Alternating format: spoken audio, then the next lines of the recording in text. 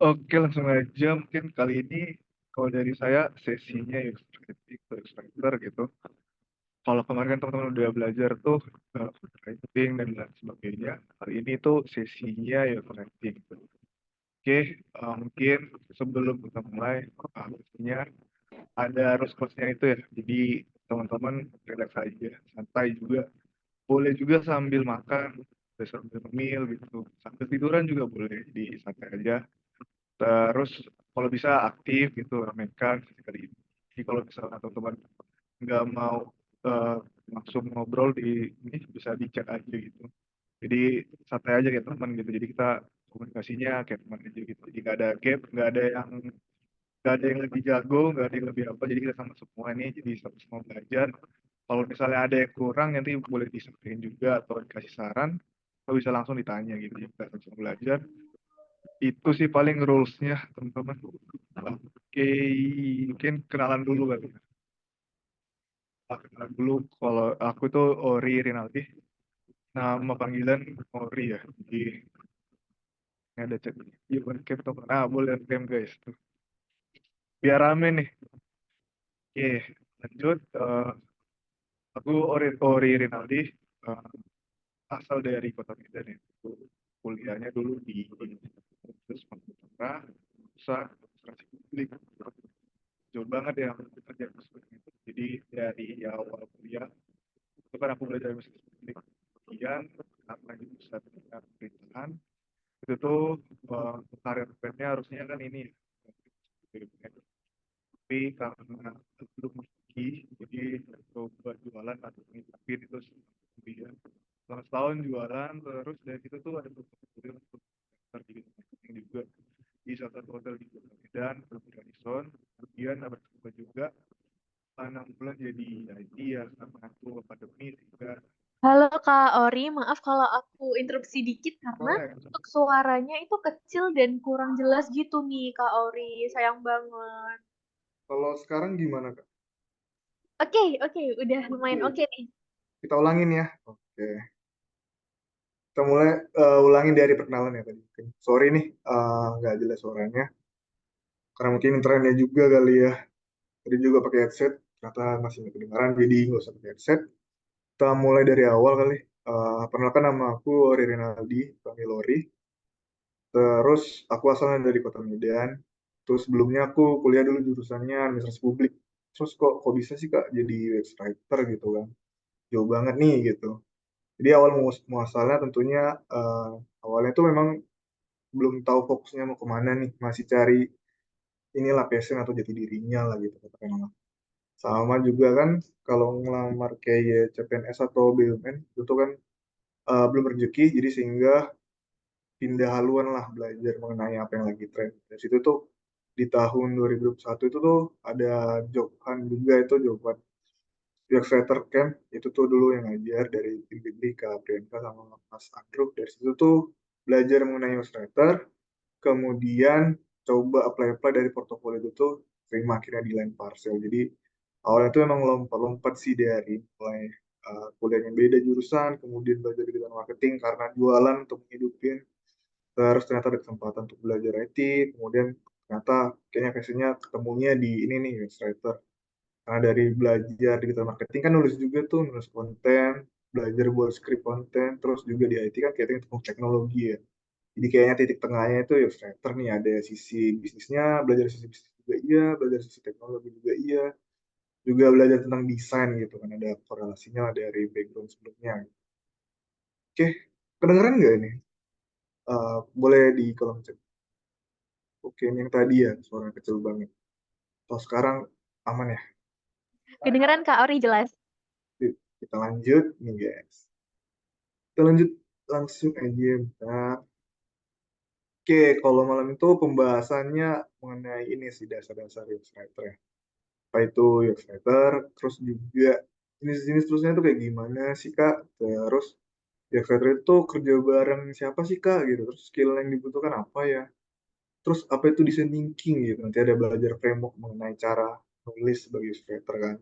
Terus juga nanti ada prinsip dasarnya. Jadi kalau teman-teman udah punya frameworknya, punya prinsip dasarnya itu udah bisa jadi Illustrator sih. Itu sih. baca komen. Aman Kak, sip. Thank you. Lanjut, lanjut. Nah, lanjut ke materi pertama, apa itu UX Writer? Nih teman-teman, ada yang mau resen atau ada yang udah tahu nih? Boleh di angkat tangan atau di kolom chat silakan. Ada yang tahu nggak apa itu UX Writer? Sebelum kita masuk ke penjelasan gitu. Ayo, yuk, yuk. Ada yang tahu nggak UX Writer? Tulisan yang ada di aplikasi? Betul. Bahasa dalam aplikasi?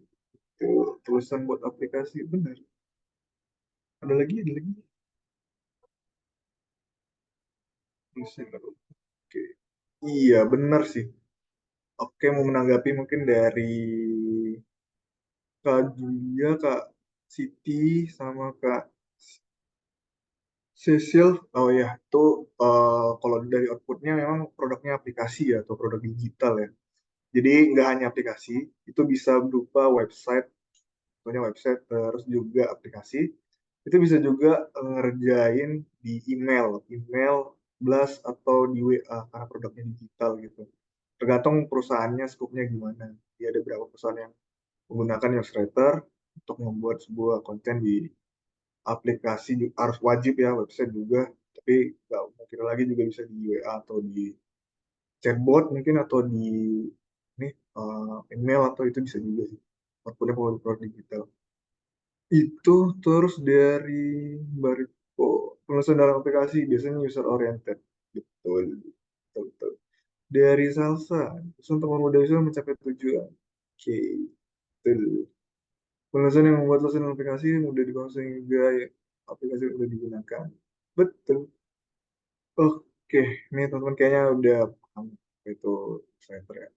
Misalnya di aplikasi, terus user oriented, sama mempermudah tujuan gitu, memahami di aplikasi atau web gitu.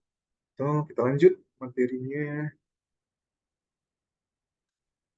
Oke, jadi contoh penerapannya mungkin gambarannya kalau di dunia nyata itu tuh kalau misalnya kita lagi di stasiun ya. Kalau lagi di stasiun itu kan tentunya kita bingung ya, mau mau perginya kemana, kan pastinya harus diarahkan.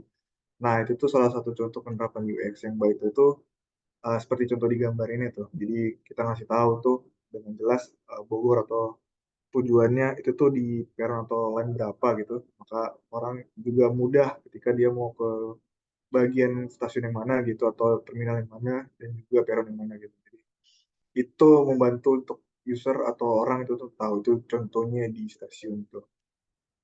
Jadi bahkan secara estetika desain juga atau penempatan layoutnya itu juga berpengaruh gitu. Kalau misalnya di sini kan mungkin nggak terlalu kelihatan, tapi kalau di sini itu gampang banget dibaca orang, atau dengan menggunakan warna yang yang gampang dicerna, atau orang pasti ngelihat itu tuh di notice itu, maka lebih gampang aja. Jadi itu salah satu contohnya. Salah duanya mungkin ya sama sih tadi kayak tadi itu, dengan adanya signage gitu di stasiun, maka orang juga pasti akan lebih notice bahwa ini tuh tujuannya ke Manggarai gitu.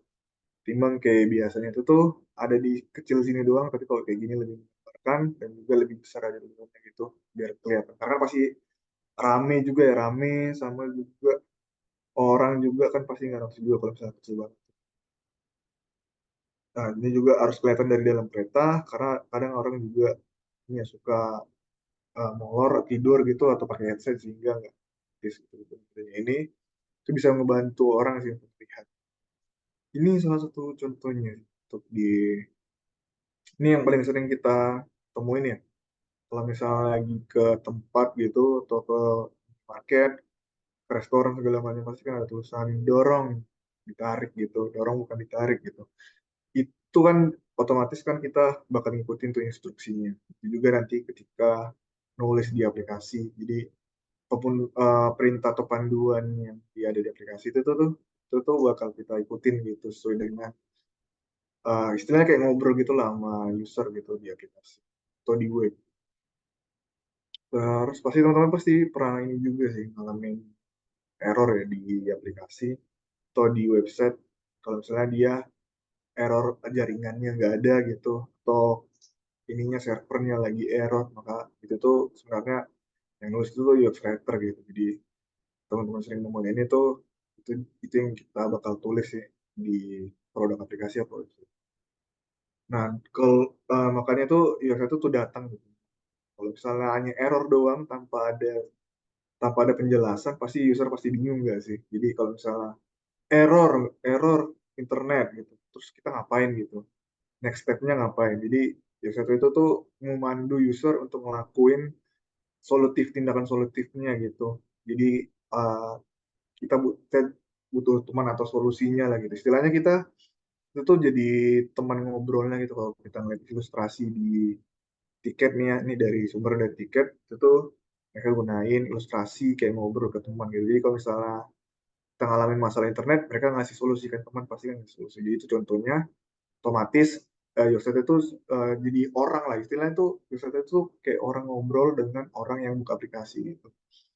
Jadi kalau misalnya ada masalah dengan internet, coba cek nih wifi kamu pakai data atau sinyal seluler kamu nih, dikasih solusinya gitu.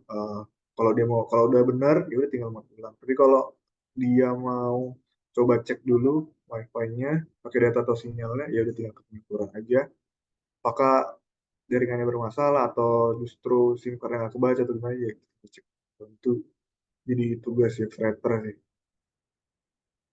Sama user tuh juga nggak hanya nulis doang gitu, nggak hanya memandu user tadi itu. Tapi kan ini kan mandu semua ya, mandu supaya user nyampe tujuannya gitu.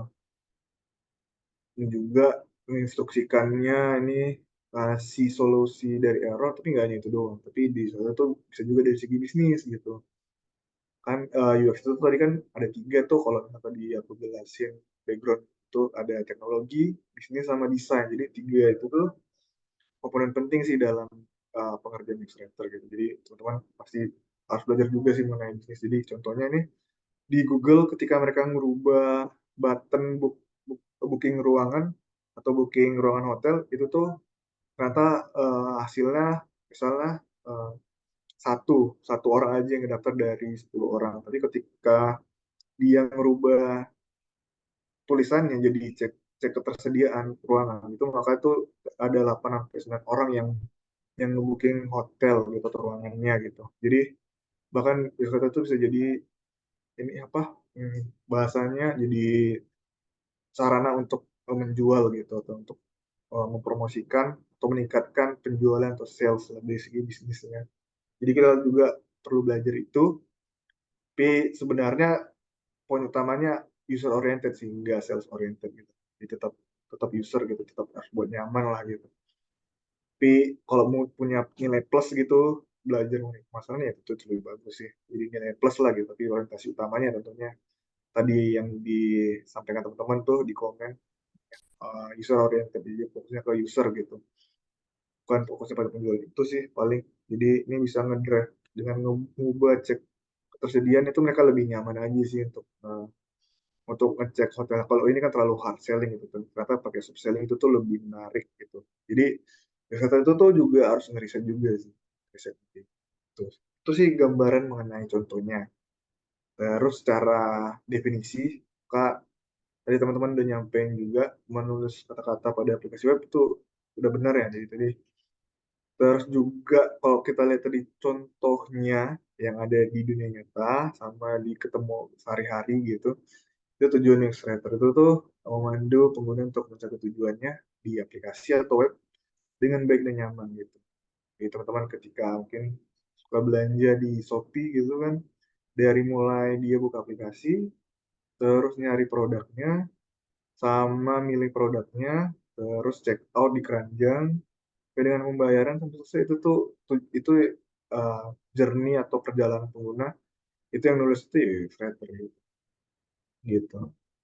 Ya, tadi digambarin kalau UX itu tuh titik tengahnya itu dari teknologi bisa sama desain. Tuh. Iya. Terus kenapa sih butuh UX writing kak atau illustrator kak? Karena tadi udah jelasin juga untuk membantu user capai tujuannya. Ini sebagai media komunikasi lah gitu. Karena kan kalau misalnya nggak ada UX writer, dia tuh komunikasinya kan kayak robot gitu. Misalnya apa eh, terjadi error error error payment gitu. Kalau misalnya itu kan kita nggak ngejelasin ya, error doang gitu. Jadi kalau ada illustrator, jadi nggak kayak robot tulisannya. Jadi kayak contohnya terjadi error nih, tunggu beberapa saat lagi ya, kamu masih bisa kok untuk belanja di sini. Nah, itu kan lebih komunikatif dan juga lebih menenangkan user biar dia nggak panik ketika dia buka aplikasi, ketika ada error atau ada case-case tertentu.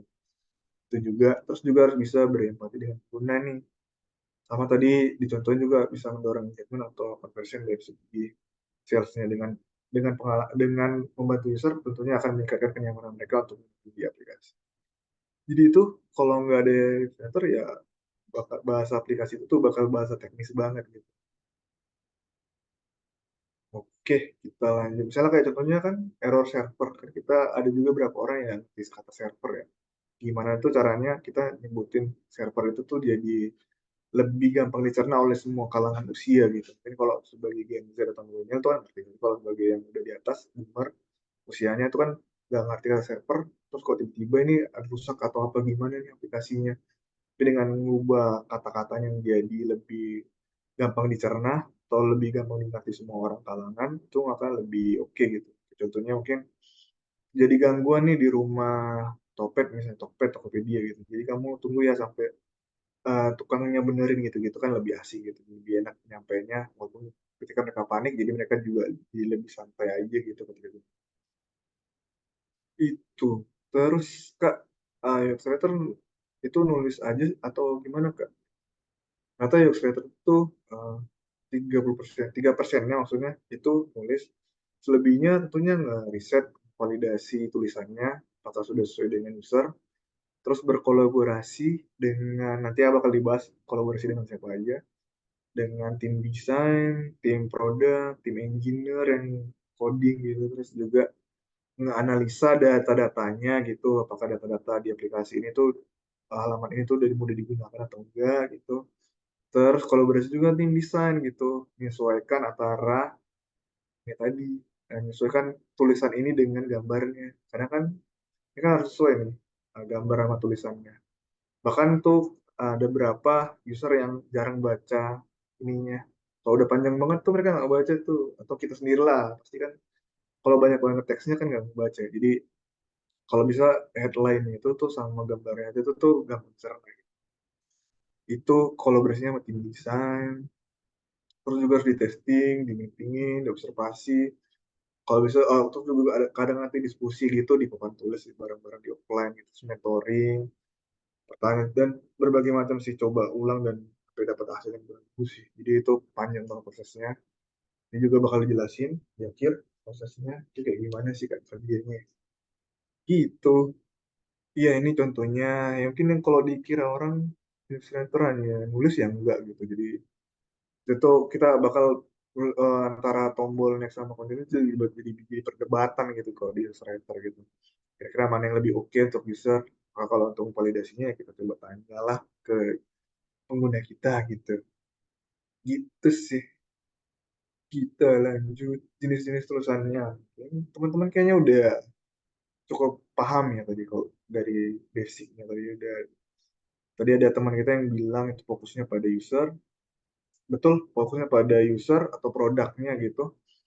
Terus perbedaannya lagi itu tuh kalau misalnya Illustrator itu gunain kata-kata yang simple aja gitu. Jadi nggak terlalu kata-kata yang menarik perhatian, yang mengibat segala macam. Jadi cukup kata simple, tapi menjelaskannya itu tuh kalau bisa singkat mungkin, sejelas mungkin. Karena kan kalau sebenarnya kan kalau orang buka aplikasi kan jarang juga baca ya.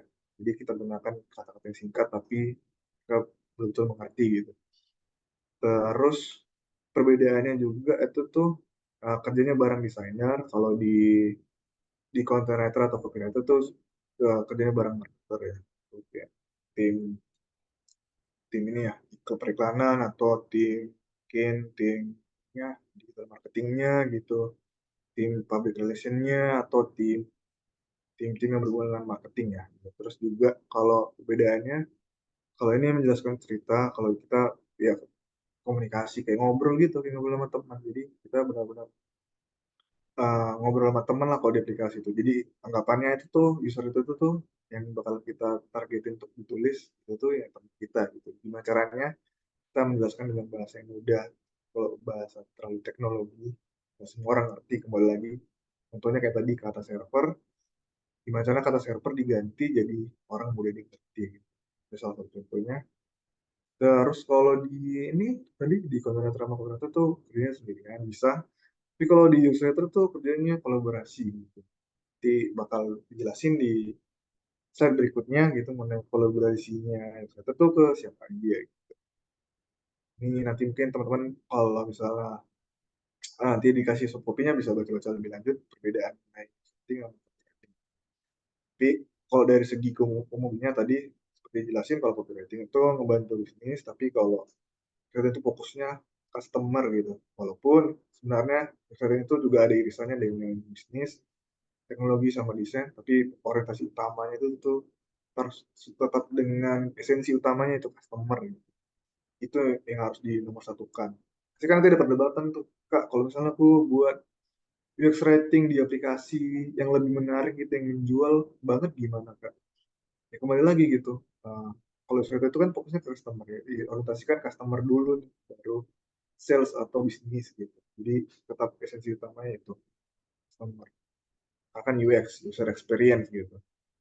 Ini gambaran contohnya. Kalau itu orang, kalau marketing itu ya money, duit gitu. Oke, ini ada chat, ada pertanyaan? Betul, iya Cynthia, fokusnya ke customer gitu. Jadi fokusnya gimana caranya customer tuh gampang pakai aplikasinya. Nanti bakal ada penjelasan juga mengenai cara gimana nulis yang fokusnya ke customer banget dan ngejelasinnya gampang banget dicerna gitu. Tuh kita lanjut perbedaannya. Kira-kira dari A, B, C ini tuh mana yang dikerjakan sama Illustrator? Boleh nih di komen. Di komen di chat boleh, di present juga boleh sih. A, B, C. Oh, oh, mana nih? Nggak ada yang B nih. Tidak ada yang B. Oh, ada yang B nih. Ini ada yang B, sulis. Oke. Oke, menarik. Ini Dripka juga. Ah, ah. Oke. A, A, B, B.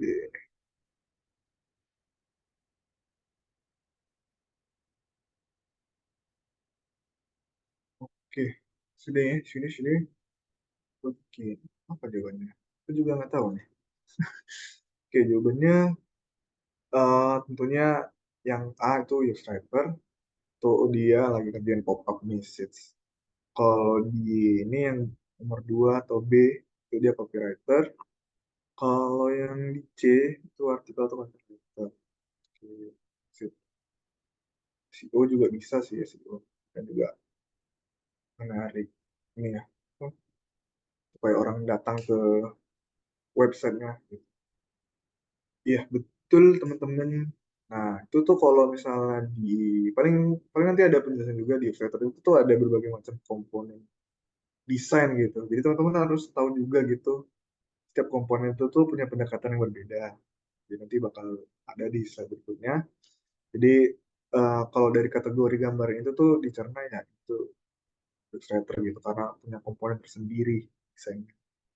Kalau banner jelas itu copywriter ya. Cuma kalau artikel itu content writer bisa juga sih. Oh, tadi yang jelasinnya dia juga benar. Itu kayaknya sudah paham nih Pak Illustrator. Jadi kita lanjutin aja. Lanjut. Lanjut. Nah, ini kan ada ini tuh. Itu apa sih Kak gitu. Jadi tuh Illustrator tuh nulisnya itu tuh di tempat-tempat tertentu gitu. Jadi tugas teman-teman ketika nanti jadi illustrator, tanggung jawabnya itu tuh nulisnya di berbagai macam komponen desain gitu. Itu banyak banget. Bahkan aku sendiri juga nggak hafal. Nama-namanya juga nama-nama yang desain banget dan aku juga nggak hafal dan nggak semua juga aku pernah ngerjakan gitu kok dari judul. Tapi yang paling sering umum itu tuh kayak ngerjain kayak tips gitu, lebih kayak info gitu. Contohnya mungkin kalau aku bisa jelasin, ya teman-teman ketika transaksi di Shopee, terus juga udah baik, udah lagi alamat pembayaran, atau lagi ngisi formulir pengiriman, itu kan ada dropshipper ya. Maka ketika dropshipper itu tuh sering ada tanda I, informasi gitu. Jadi di situ jelasin dropshipper itu apa. Nah, itu tuh yang nulis newsletter gitu. Terus kadang teman-teman ketika mau udah bayar nih di Shopee mau bayar, maka muncul pop-up untuk masukin password atau nominal, itu namanya pop-up. Ini juga instruksi ketika masukin ini ya, tadi kembali lagi formulir pengiriman. Itu kalau misalnya nomor HP-nya nggak sesuai format, maka ada informasi gitu, warning gitu. Informasinya itu bisa berupa error atau sukses gitu. Terus ada button nih teman, teman pasti sering lihat buttonnya kayak beli sekarang gitu, pesan sekarang, booking sekarang itu tuh button yang harus newsletter. Terus ada placeholder yang isian itu tuh segala macam, itu juga newsletter. Terus notifikasi gitu kan, notifikasi aplikasi gitu sering banget Gojek. Kamu nggak jadi, kamu mau pergi hari ini mau pergi kemana gitu, yuk order GoRed gitu itu juga di beberapa company itu newsletter, ada juga yang nggak tergantung skupnya sampai mana gitu. Terus juga ada loading nih, kadang loading itu kan, tunggu ya kak, tunggu loadingnya ya, aku lagi proses pesanan kamu gitu. Terus lagi proses pesanan gitu tuh juga newsletter. Dan juga segala macam titel atau tagline yang ada di aplikasi juga newsletter. Jadi sama call to action ketika ngebagiin atau nge-button sama. Kalau dari contoh desainnya tuh kayak gini.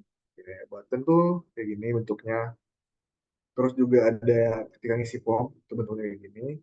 Ada juga snack bar yang tadi sukses atau gagal tuh ada intinya.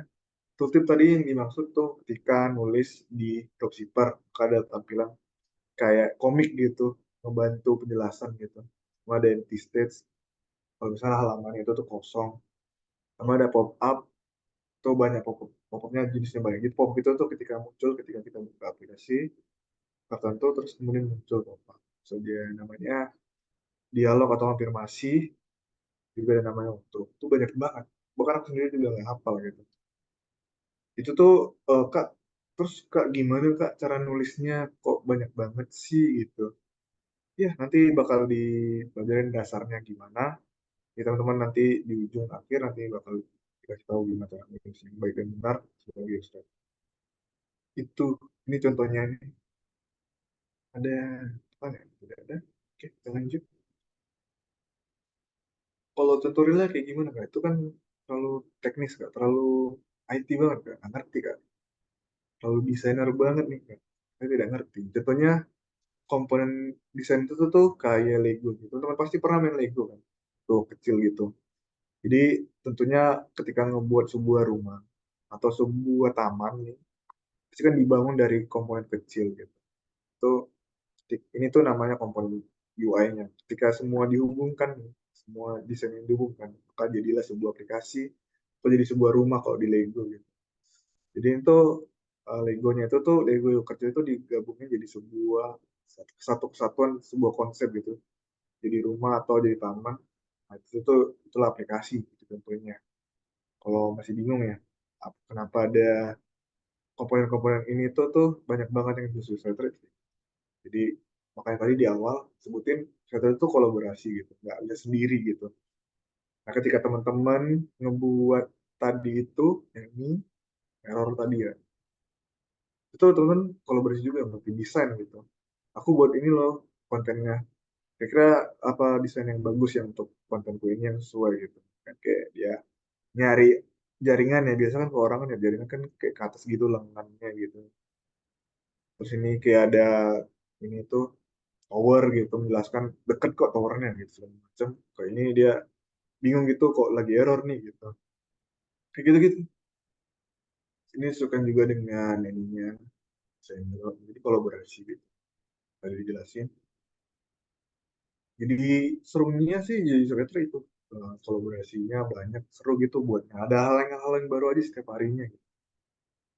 Terus kalau udah jadi gimana bentuknya ya kembali lagi tadi ketika digabungin jadi sebuah aplikasi dari misalnya contohnya ini ada search bar, pencarian, terus ada menu, ada tombol menu juga, menu di atas menu di bawah ada banner, ada lonceng ini jadi satu video aplikasi. Contohnya lain persen. Oke, lanjut mungkin ya. Illustrator tuh nulis buat siapa sih kak gitu. Tadi udah disampaikan juga ya, maksudnya tuh buat customer ya. Jadi itu tuh kita juga harus tahu tuh, karena ketika menulis to user, kita harus tahu cara mereka membaca. Menurut riset tuh dari 79% membaca di thread yang membaca. Jadi mereka tuh nge-scan gitu. Ada juga yang mengatakan cuma 16% orang yang baca kata per kata.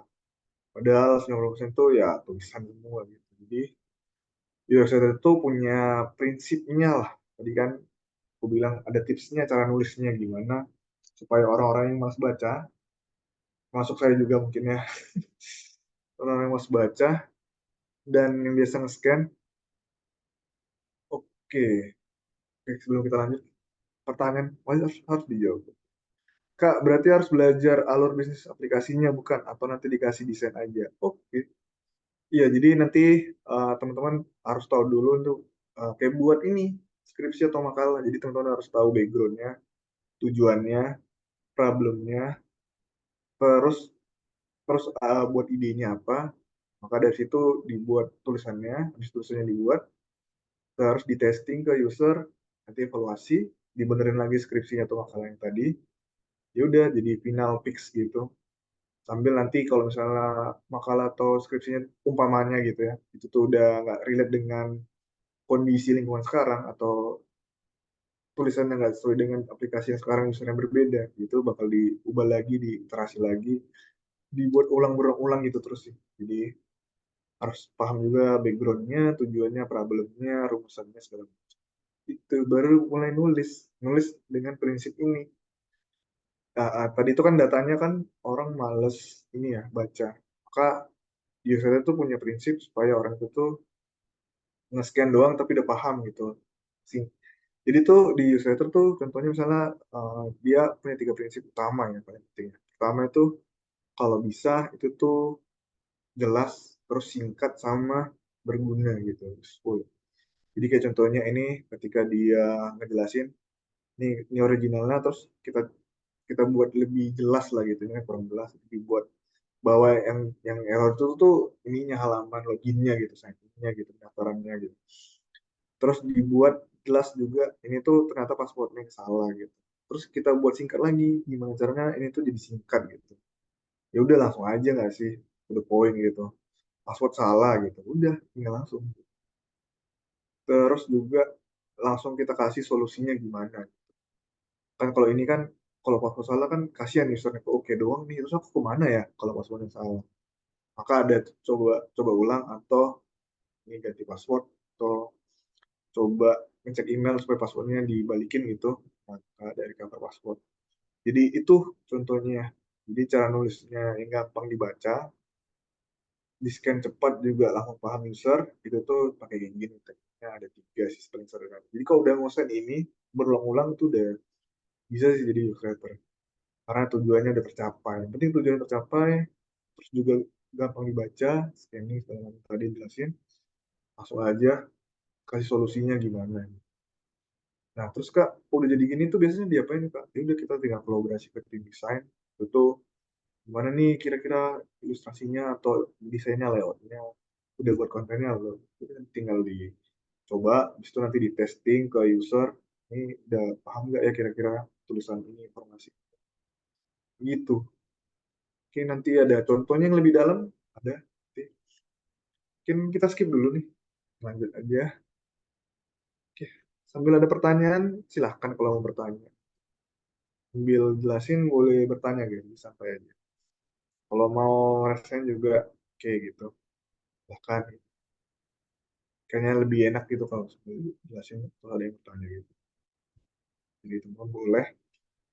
Terus kita lanjut. Newsletter tuh tadi kan tuh katanya kan nggak bisa tulis sendiri tuh, Pak. Jadi siapa aja teman kita kerja gitu selama di ruang lingkup kerjaan. Itu ada berapa? Itu ada ya, aku bawain dulu nih. Ada researcher, ada desain, ada writer kita, ada manajernya. Itu jadi kalau misalnya di beda satu-satu, jadi itu ini ada yang nulis kontennya, kalau yang desain tadi itu tuh ilustrasi kayak gimana segala macam, ilustrasi bentuk desainnya mau gimana, itu tuh dia desainer. Kalau yang nulis kontennya, segala informasi dari mulai awal sampai akhir tuh kita, illustrator. Kalau researcher itu tuh tadi yang testing gitu. Kalau teman-teman kan tadi punya salah nih kak, aku punya punya opsi gitu, punya opsi tulisan. Itu udah harus divalidasi ke usernya nggak? Iya. Jadi itu yang dibantu oleh researcher gitu. Kita bantu oleh researcher, tim riset itu tuh untuk ngecek apakah mereka udah benar apa enggak. Tapi kembali lagi di setiap company nggak semua ada gitu role-nya. Jadi tergantung kebijakan sama ADART perusahaan. Itu. Oke, kita ada pertanyaan dari Fatima. Dari Putri tadi udah terjawab. Kasih udah bertanya. Sekarang ke Fatima.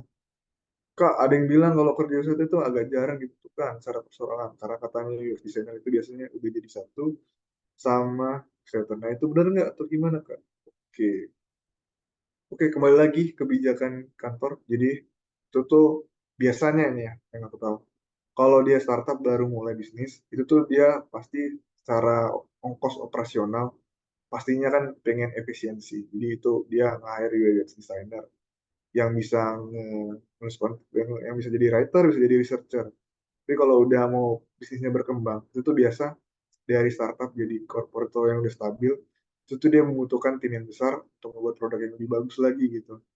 Jadi itu mereka nge-hire researcher, desainer, sama writer, jadi lengkap gitu. Nah kalau di lain pasar tuh udah lengkap, tapi ada beberapa yang teman-teman aku tuh yang masih jadi desainer tuh juga nulis gitu. Jadi tergantung kebijakan perusahaannya. Tapi kalau untuk mengarah produknya untuk lebih maju, produk digitalnya, aplikasi yang lebih maju, bahkan untuk yang kita katakanlah top company yang sering kita lihat gitu tuh, yang sering kita gunakan aplikasinya, itu tuh semua role tuh udah ada. Jadi itu kembali lagi skop kebijakan perusahaan sama kebutuhannya sama mereka lagi pasnya yang gimana gitu. Kalau fokusnya ke produk, pasti mereka nggak hire semua lini UX gitu. Kayak gitu pertanyaannya. Mungkin semoga menjawab gitu. Terus ini ada Arif. Menurut toolsnya apa aja ya Mas? Oke, nanti dijelasin. Sip. Illustrator dan Illustrator apa beda? Satu orang sama apa beda? Kalau di beda beda beda. Itu beda beda role. Itu beda Arif. Beda. Nah, ini toolsnya bakal dijelasin. Terus Cynthia, apa yang bisa dilakukan untuk bisa jadi sebuah illustrator yang matang itu gimana Kak Alur? Oke, nanti di ujung kita jelasin. Kita simpan dulu pertanyaan Cynthia. Kita lanjut. Tadi kan penjelasan ini doang ya. Terus ininya job desk-nya apa Kak gitu. Konkretnya apa Kak? Itu tadi nggak jelas gitu. Ya udah kita jelasin aja nih. Nah, UX researcher itu tuh UX researcher itu dia melakukan riset ke lapangan, terus juga interview langsung, membuat testing dari aplikasi tersebut yang tadi bisa dievaluasi. Kalau UX designer itu tuh membuat flow-nya, terus juga sitemap-nya, wireframe-nya. Contoh itu berhubungan dengan desain lah gitu. Kalau UX copywriter atau UX writer ini penamaannya beda. Ada yang di company tertentu ada UX copywriter, ada yang UX writer, ada yang UX writing itu di company ini. Ada yang UX product writer gitu. Itu sama aja tadi tugasnya. Itu menulis microcopy itu tuh tadi yang tadi jelasin. Tulisan yang ada di aplikasi itu disebut microcopy. Notifikasi sama konten yang ada di aplikasi. Kalau UI designer tentunya ngedesain lah, ilustrasi, visualnya, interaksinya juga animasi. Kayak animasi itu kalau yang di loading gitu tuh. Terus ada UX engineer nih lebih ke teknikalnya dari segi codingan untuk komponennya sama produk. Itu bedanya job desk-nya. Kebayang ini kalau ini yang ngeriset, ini ngemetakan, ini yang ngedesain, ini yang nulis, ini yang bakal ngobrol ke engineer codingnya untuk di possible possible nggak mungkin kak desain yang di aplikasi itu tuh bisa jadi live gitu di Play Store sama App Store gitu. Oke, kita lanjut. Ah, apa aja kak kerjaan sebagai illustrator? Kan tadi kakak bilang nggak nulis doang gitu. Kan banyak macem gitu. Iya, banyak macem. Contohnya kita harus tahu data gitu. Jadi contohnya teman-teman ketika tadi ya kembali ke Shopee ya, atau ke marketplace atau ke Tokopedia. Ketika teman-teman masukin keranjang, terus juga pembayaran sampai dengan berhasil, itu kan ada datanya. kira-kira berapa orang sih yang sering masukin keranjang aja nggak bayar gitu. Oh ternyata ada 10. Nah, dari 10 itu tuh gimana caranya keranjang itu tuh dibuat menarik supaya mereka bayar gitu. Mungkin dari data ini tuh bisa diambil. Oh yaudah kak kita inget, kita buat aja ini ingetin gitu. Lewat notifikasi kita ingetin. Contohnya kayak gimana? Kayak gini nih. Kak kemarin udah masukin keranjang ya? Yuk transaksi sekarang. Nah itu. Jadi kita baca data, kemudian jadi solusi yang bisa kita kasih dari segi Yoscribernya kayak gimana. Karena kita ngeliat data, oh ternyata behaviornya orang lebih sering masukin keranjang nih ketimbang bayar gitu. Ya gimana caranya dari keranjang itu tuh orang mau untuk bayar gitu. Ya gimana? Itu tadi diskusinya. Terus ini proses desainnya harus kita juga pandai. Terus konten strateginya gitu. Contohnya ada fitur baru lah. Contohnya fiturnya kayak apa ya? Mungkin fitur fitur apa? Fitur ini apa? Referral gitu. Gimana caranya kita ngajak orang pakai aplikasi kita dengan daftar kode referral gitu. Ya udah tinggal kita bikin kontennya apa aja yang bakal aku masukin di desain aplikasi ini ya. Oh, aku pengen masukin ini kode referralnya, aku pengen ada tombol ajak teman sekarang gitu, bawahnya nanti direct ke WA gitu. Gitu-gitu, itu mikir juga. Sama desain tools, tadi ada pertanyaan desain toolsnya apa aja Kak. Akan ada selanjutnya, terus technical skillsnya ya tentunya apakah possible nggak. Apakah tadi itu, ini kan tadi kan notif untuk orang ngajak ke keranjang supaya bayar kan. Apakah mungkin dari segi development atau live-nya itu possible untuk dilakukan ya. Kita harus tahu, tanya dulu ke engineer. Ini kira-kira bisa dibuat nggak notifikasi kayak gini ketika kita masukin keranjang, 3 hari ke depan bakal kita ingetin keranjangnya itu tuh ada gitu harus transaksi. Gitu. Terus juga belajar teamwork, teman. Pernah belajar organisasi atau kerja kelompok pasti itu kayak gini juga lah dikerjain teamwork ya. Terus komunikasi yang baik gitu. Karena kan kita juga pasti presentasi juga atau ngejelasin apa yang kita buat ke manajer atau ke atas kita. Terus melakukan riset ya ini kita juga harus paham lah riset dikit-dikit gitu gimana caranya A/B testing dan dua informasi ini mana kita yang lebih bagus user centric mindset. Nah ini tadi yang di awal user oriented itu atau product oriented ini gimana caranya kita berempati sama orang yang kita ajak ngobrol gitu. Kalau ini dilatihnya gimana sih kak? Ya udah kita sering-sering bergaul di dunia nyata aja. Kalau punya teman banyak kita pasti ngerti apa yang dia mau. Kita udah udah paham lah apa yang dia mau gitu kan kita teman dekat kita ya udah kayak gitu aja di aplikasi sama penerapannya apa kira-kira yang dibutuhkan user atau gaya ngobrolnya tuh kayak gimana gitu atau bro sis gitu atau apa gitu cara ngobrolnya. Ya, itu tuh diterapin juga nanti di Excel. Kalau misalnya ternyata manggil kak ya udah kalau misalnya manggil bro ini sis udah itu aja kayak ngobrol sama teman aja kalau memang usernya sesuai dengan persona tadi. Oke boleh. Oke, sip. Semoga lancar nih. Threadnya nggak aman laptopnya. Kita lanjut. Nah, tadi ada pertanyaan dari teman kita. Mana ya? Tadi ada pertanyaan dari Arif. Toolsnya apa aja, Kak? Mas. Mas. Oke. Oke. Toolsnya sih ini sih. Umum aja sih. Jadi teman-teman pasti udah pernah gunain gitu. Kayak Gmail. Itu kalau misalnya ada dimension. Itu kan kalau misalnya ada revisi, pasti kan masuknya ke Gmail ya. Misalnya ada revisi di Google Slide, Google Drive, Google Doc atau Google Sheet, pasti ada di mention, masuk notifnya di Gmail. Jadi sama kayak kayak sehari-hari teman-teman gitu. Jadi makanya Gmail, terus juga Google Slide. Google Slide gunanya buat apa kak? Untuk mempresentasikan tulisan yang di aplikasi tersebut yang sudah kita buat gitu. Terus Google Drive yang penyimpanan datanya, terus Google Sheet biasanya untuk ini sih data-data gitu ya atau penjelasan yang membutuhkan data-data angka gitu. Kalau Google Meet ya paling untuk kolaborasi yang penting gitu. Tuh pakai Google Meet. Terus apalagi kak teks manajemennya itu tuh ini ya kalau di Line Parcel kayaknya Trello sama Jira. Jadi teman-teman itu tuh apa yang dikerjain gitu. Ini contohnya si Ori. Dia buat copy catatan resi gitu. Jadi Itu tuh kayak teman-teman biasanya lah gitu. Ada to do, ada on progress sama review sama yang udah selesai gitu. Jadi teman-teman misalnya nih hari ini aku mau kerjain apa ya? Oh aku mau kerjain ini kemarin ada project ini. Ya udah masukin di to do-nya aja hari ini. Terus kalau udah masuk on progress udah dikerjain gitu, taruh di sini, pindahin aja gitu tuh. Di trailer jadi ini gampang banget cara gunainnya. Terus kalau udah selesai nih 2 hari 3 hari udah selesai kan, di review itu minta reviewnya ke manajer atau ke stakeholder yang minta gitu. Udah deh langsung done gitu. Gitu manajemennya. Oke, kita lanjut. Masih tools dulu tadi yang Arif ya. Nah, kalau ini apa? Untuk ngedesainnya gimana Kak untuk nulisnya? Itu tuh pakainya Figma. Jadi teman-teman udah pernah pakai Figma atau belum tuh? Kalau belum mungkin bisa coba. Kalau yang udah berarti udah paham nih. Jadi kalau di Figma itu tuh istilahnya Photoshop-nya inilah orang desainer UI atau UX ya.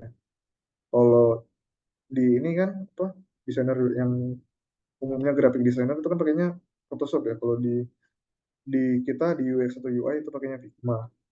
Cara penggunanya hampir sama sih sebenarnya pakai Photoshop. Cuman ada beberapa perbedaan gitu. Terus Kak, apakah kita ngedesain juga nggak kalau di Illustrator? Nggak ada ngedesain.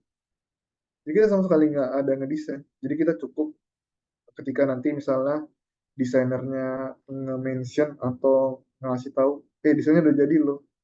Kamu tinggal masukin aja teksnya. Udah, masukin teksnya tuh tinggal masukin aja, ketik aja gitu. Jadi nggak perlu belajar desain, itu udah bisa gitu. Jadi ketika nanti di mention sama tim desainer, itu tuh teman-teman udah bisa tinggal ngetik aja gitu.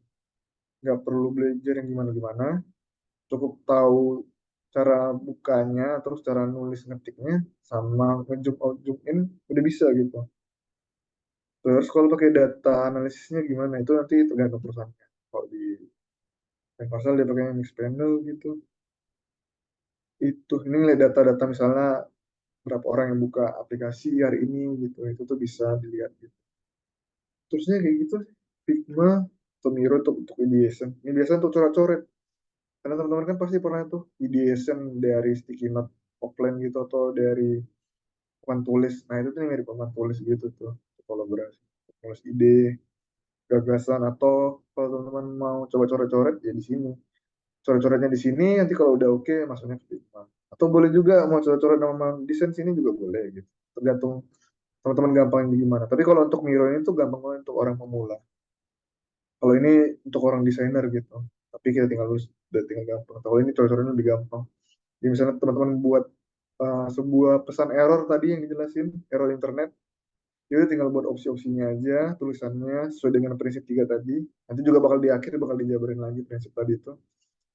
Udah nanti tinggal dibuat opsinya, pilih mana yang bagus, udah tinggal pilih.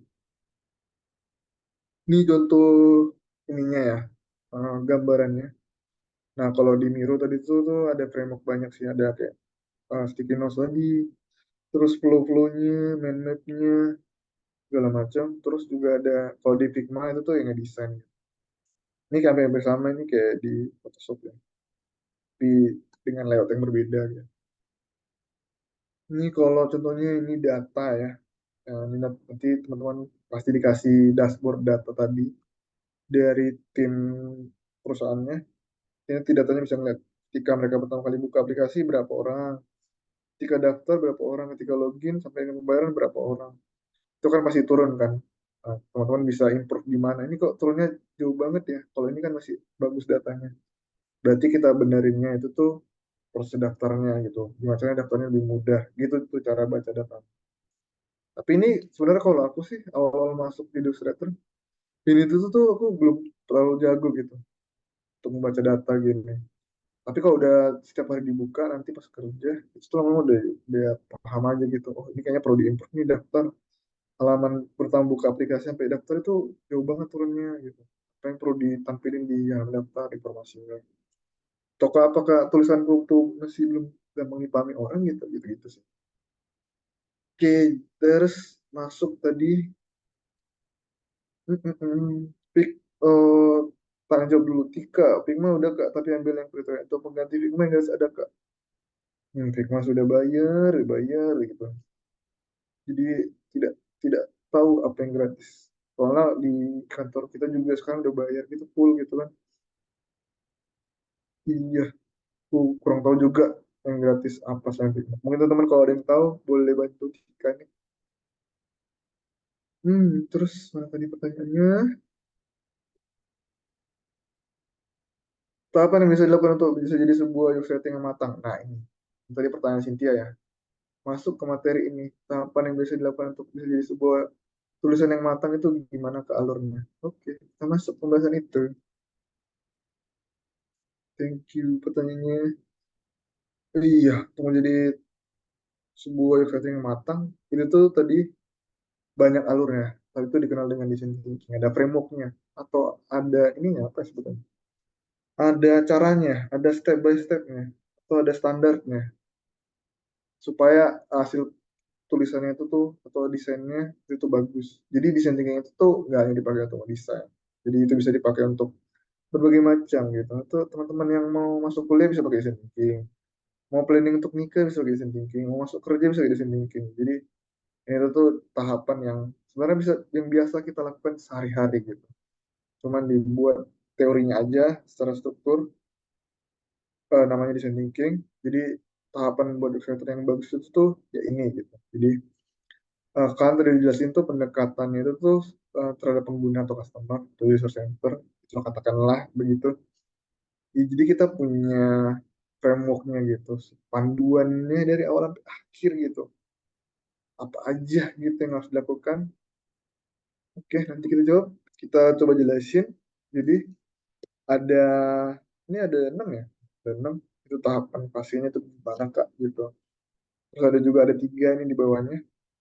Jadi mungkin umpamanya lebih gampang caranya mungkin ini ya, apa coba kita buat skripsi kali skripsi atau makalah pasti semua teman pernah buat makalah atau skripsi jadi itu uh, pertama itu tuh kita berempati gitu berempati terhadap usernya atau terhadap tujuan kita buat makalah gitu itu kita harus paham dulu apa yang mau kita buat gitu targetnya siapa gitu jadi kita harus tahu persona orangnya misalnya nih katakanlah aplikasi apa ya Tokopedia Tokopedia itu tuh targetnya ke siapa? Shopee itu targetnya ke siapa? Kalau Shopee kan mungkin lebih ke cewek ya. Ke cewek, terus dia hobi belanja, terus dia problemnya pengen nemuin barang sesuai dengan kemauan dia, gitu-gitu segala macam. Jadi kita harus jadi bayangin aja jadi usernya gitu, coba berempati, coba memahamin itu tuh kayak gimana orangnya, kayak gimana ininya apa kemauannya gitu segala macam. Kayak inilah pendekatan ke temen lah gitu. Kita berteman itu tuh pasti kita cari tahu dulu nih, ini orang hobinya apa sih gitu. Ini orang sukanya apa sih, hobinya apa, sukanya apa. Kalau ngobrol itu tuh dia topiknya bahas bahas bola kah, bahas gosip kah, bahas apa gitu. Jadi harus tahu dulu nih. Kalau udah tahu, kemudian kita coba cari tahu nih. Kan pasti kita ngobrol gitu, ngobrol. Dia pasti punya backgroundnya gitu, latar belakangnya kayak gimana nih orang gitu. Latar belakangnya kayak gimana sih? Ini si Anu gitu, temanku ini. Dia latar belakangnya dari keluarga yang gimana, tinggal di mana, terus biasa dia rumusan masalahnya yang dihadapi itu apa aja sih?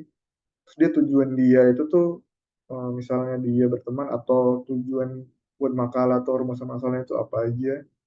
Nah dari situ itu dibuat jadi sebuah ide gitu.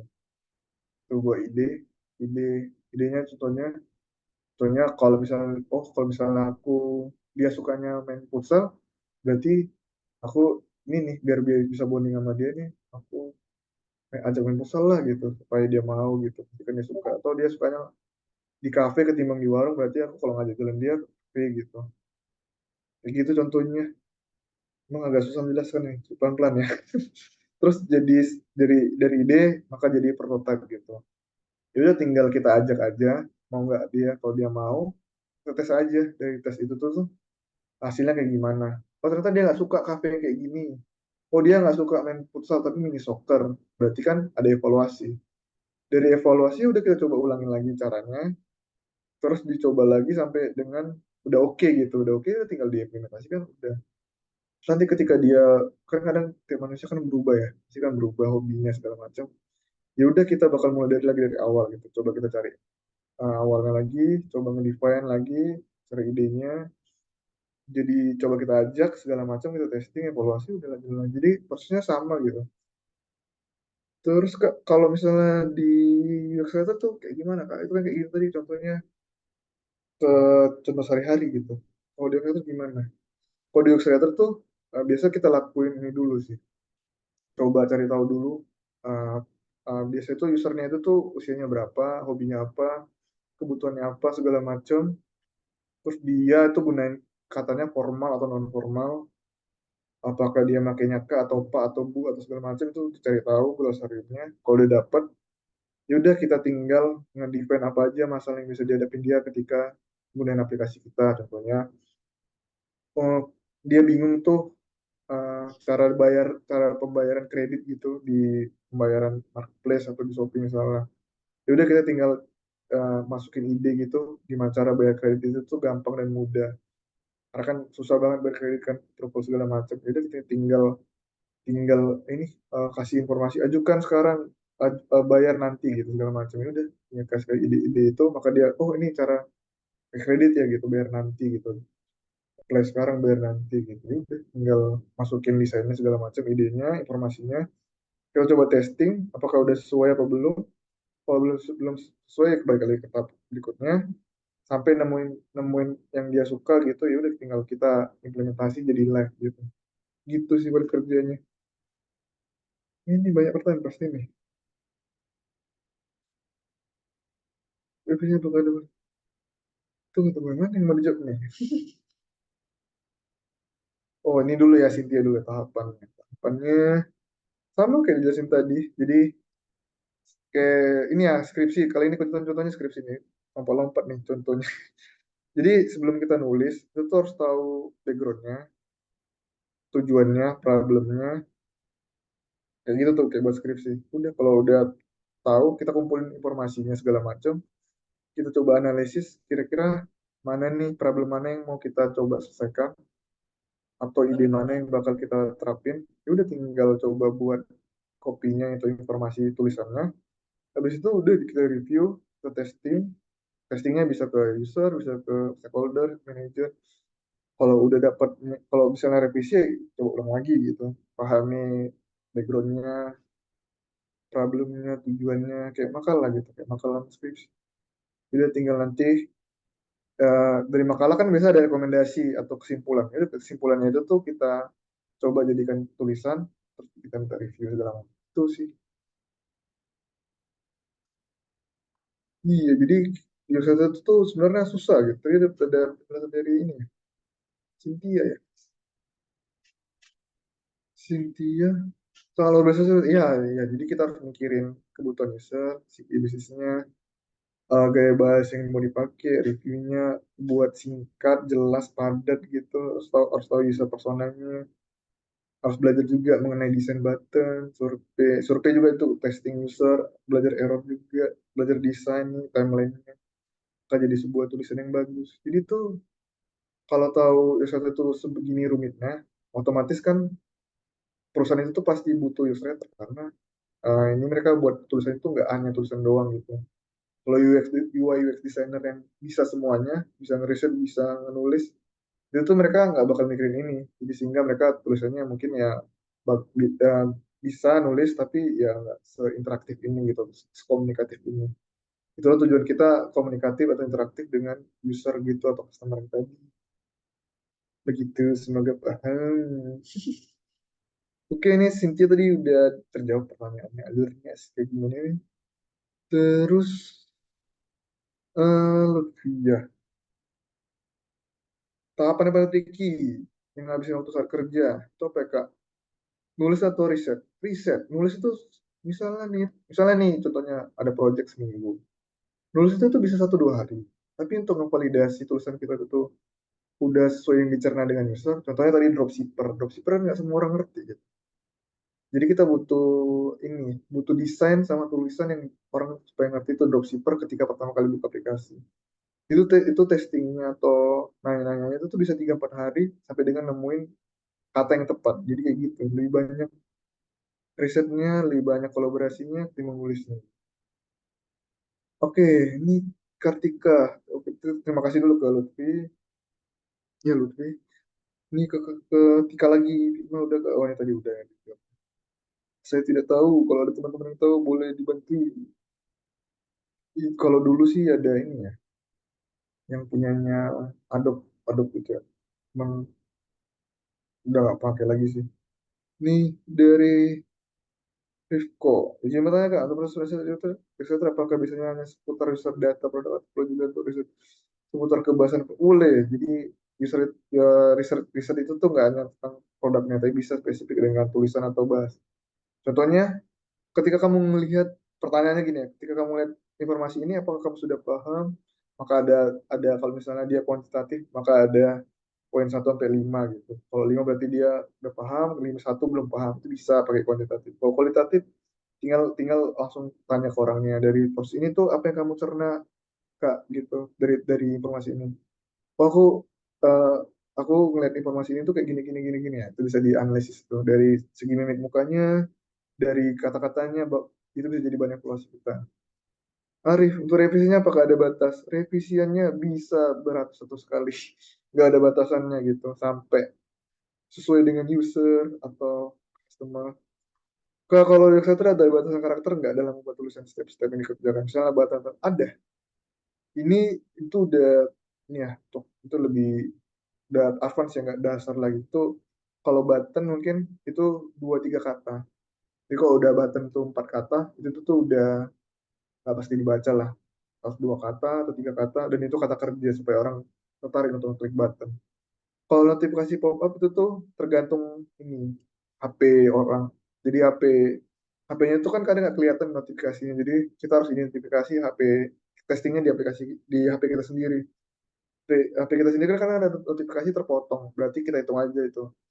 Oh kalau bernotifikasi tuh idealnya kayak gini nih. Kalau aku lihat kompetitor atau di HP ku tuh 3 kata atau 4 kata, yaudah aku buat 4 kata aja. Nah itu yang jadi challenging, ngebuat ringkas itu yang jadi challenging di Illustrator.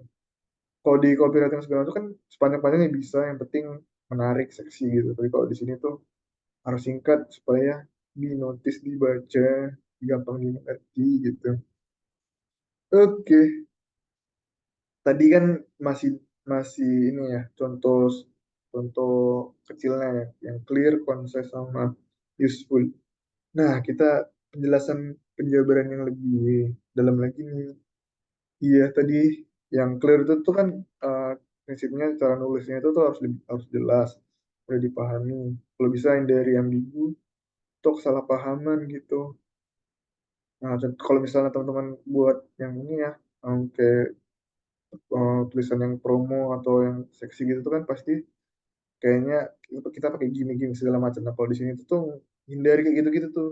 Jadi kalau bisa yang jelas aja gitu yang boleh dipahami, simple gitu, simple aja, nggak usah ribet-ribet gitu muter-muter, langsung aja boleh jelas, boleh dipahami, sama kalau bisa konses juga itu ya, efektif, singkat, efisien, dan juga tampilkan aja yang perlu diperlukan gitu. Karena user kan tadi kan jarang baca ya, rata-rata nge-scan doang dan cepat gitu, kita tinggal menunya disingkat itu.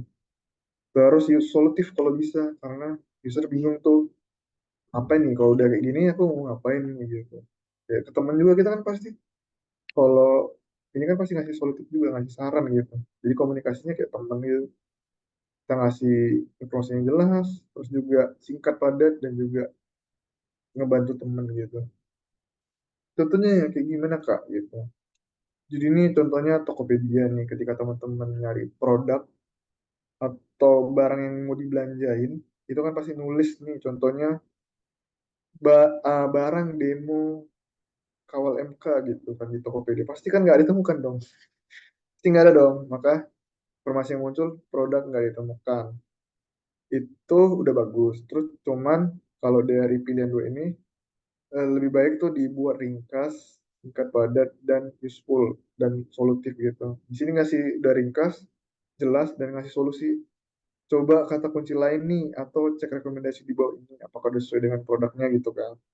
Tapi kalau kita ngejelasinnya bertele-tele terlalu teks gitu tuh kayaknya nggak kebaca. Karena orang udah malas pasti ngebaca ini. Ini udah kelihatan banyak banget nih. Kayak silakan mengganti kata kunci yang kamu suka. Kamu juga bisa cek rekomendasi di bawah. Padahal ini tuh bisa dibuat ringkas gitu. Jadi ketika itu teman-teman ngebuat draftnya, pasti kan kita ngebuatnya nggak langsung kayak gini dong. Kayak gini dong pasti. Dari sini, gimana caranya lebih sesuai dengan prinsip ini gitu. Gimana caranya buat aku buat singkat ya? Gimana caranya gampang dibaca ya? Gimana caranya supaya jelas ya? Gampang dibaca, solutif tapi jelas gitu. Gimana cara gabunginnya semua? Tulis nih Illustrator, ini yang susahnya buat kayak gini nih. Pasti kan orang buatnya kayak gini ya. Tapi buat kayak gini tuh susah gitu. Pasti nyambungin ini, cek cek sini, cek sana sini. Terus juga teman-teman bisa ngecek juga sih kompetitor kayak gimana gayanya. Bisa diadaptasi lah ATM lah gitu. Sama kayak nulis biasa, ya ATM juga bisa. Terus nih misalnya dia daftar jadi seller Tokopedia gitu. Terus kan ada di Tokopedia ada ininya keterangannya 2 hari kerja.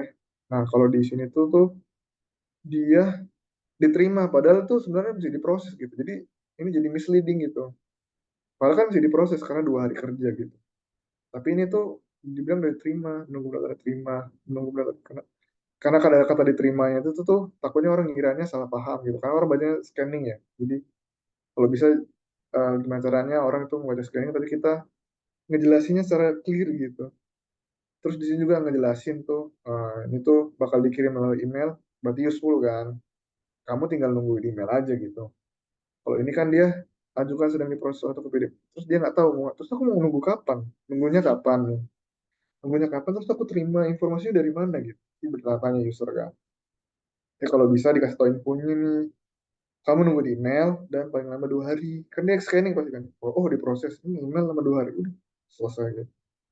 Oh ini dia kan bingung gitu loh. Aku terus ngapain ya? Nunggunya berapa hari?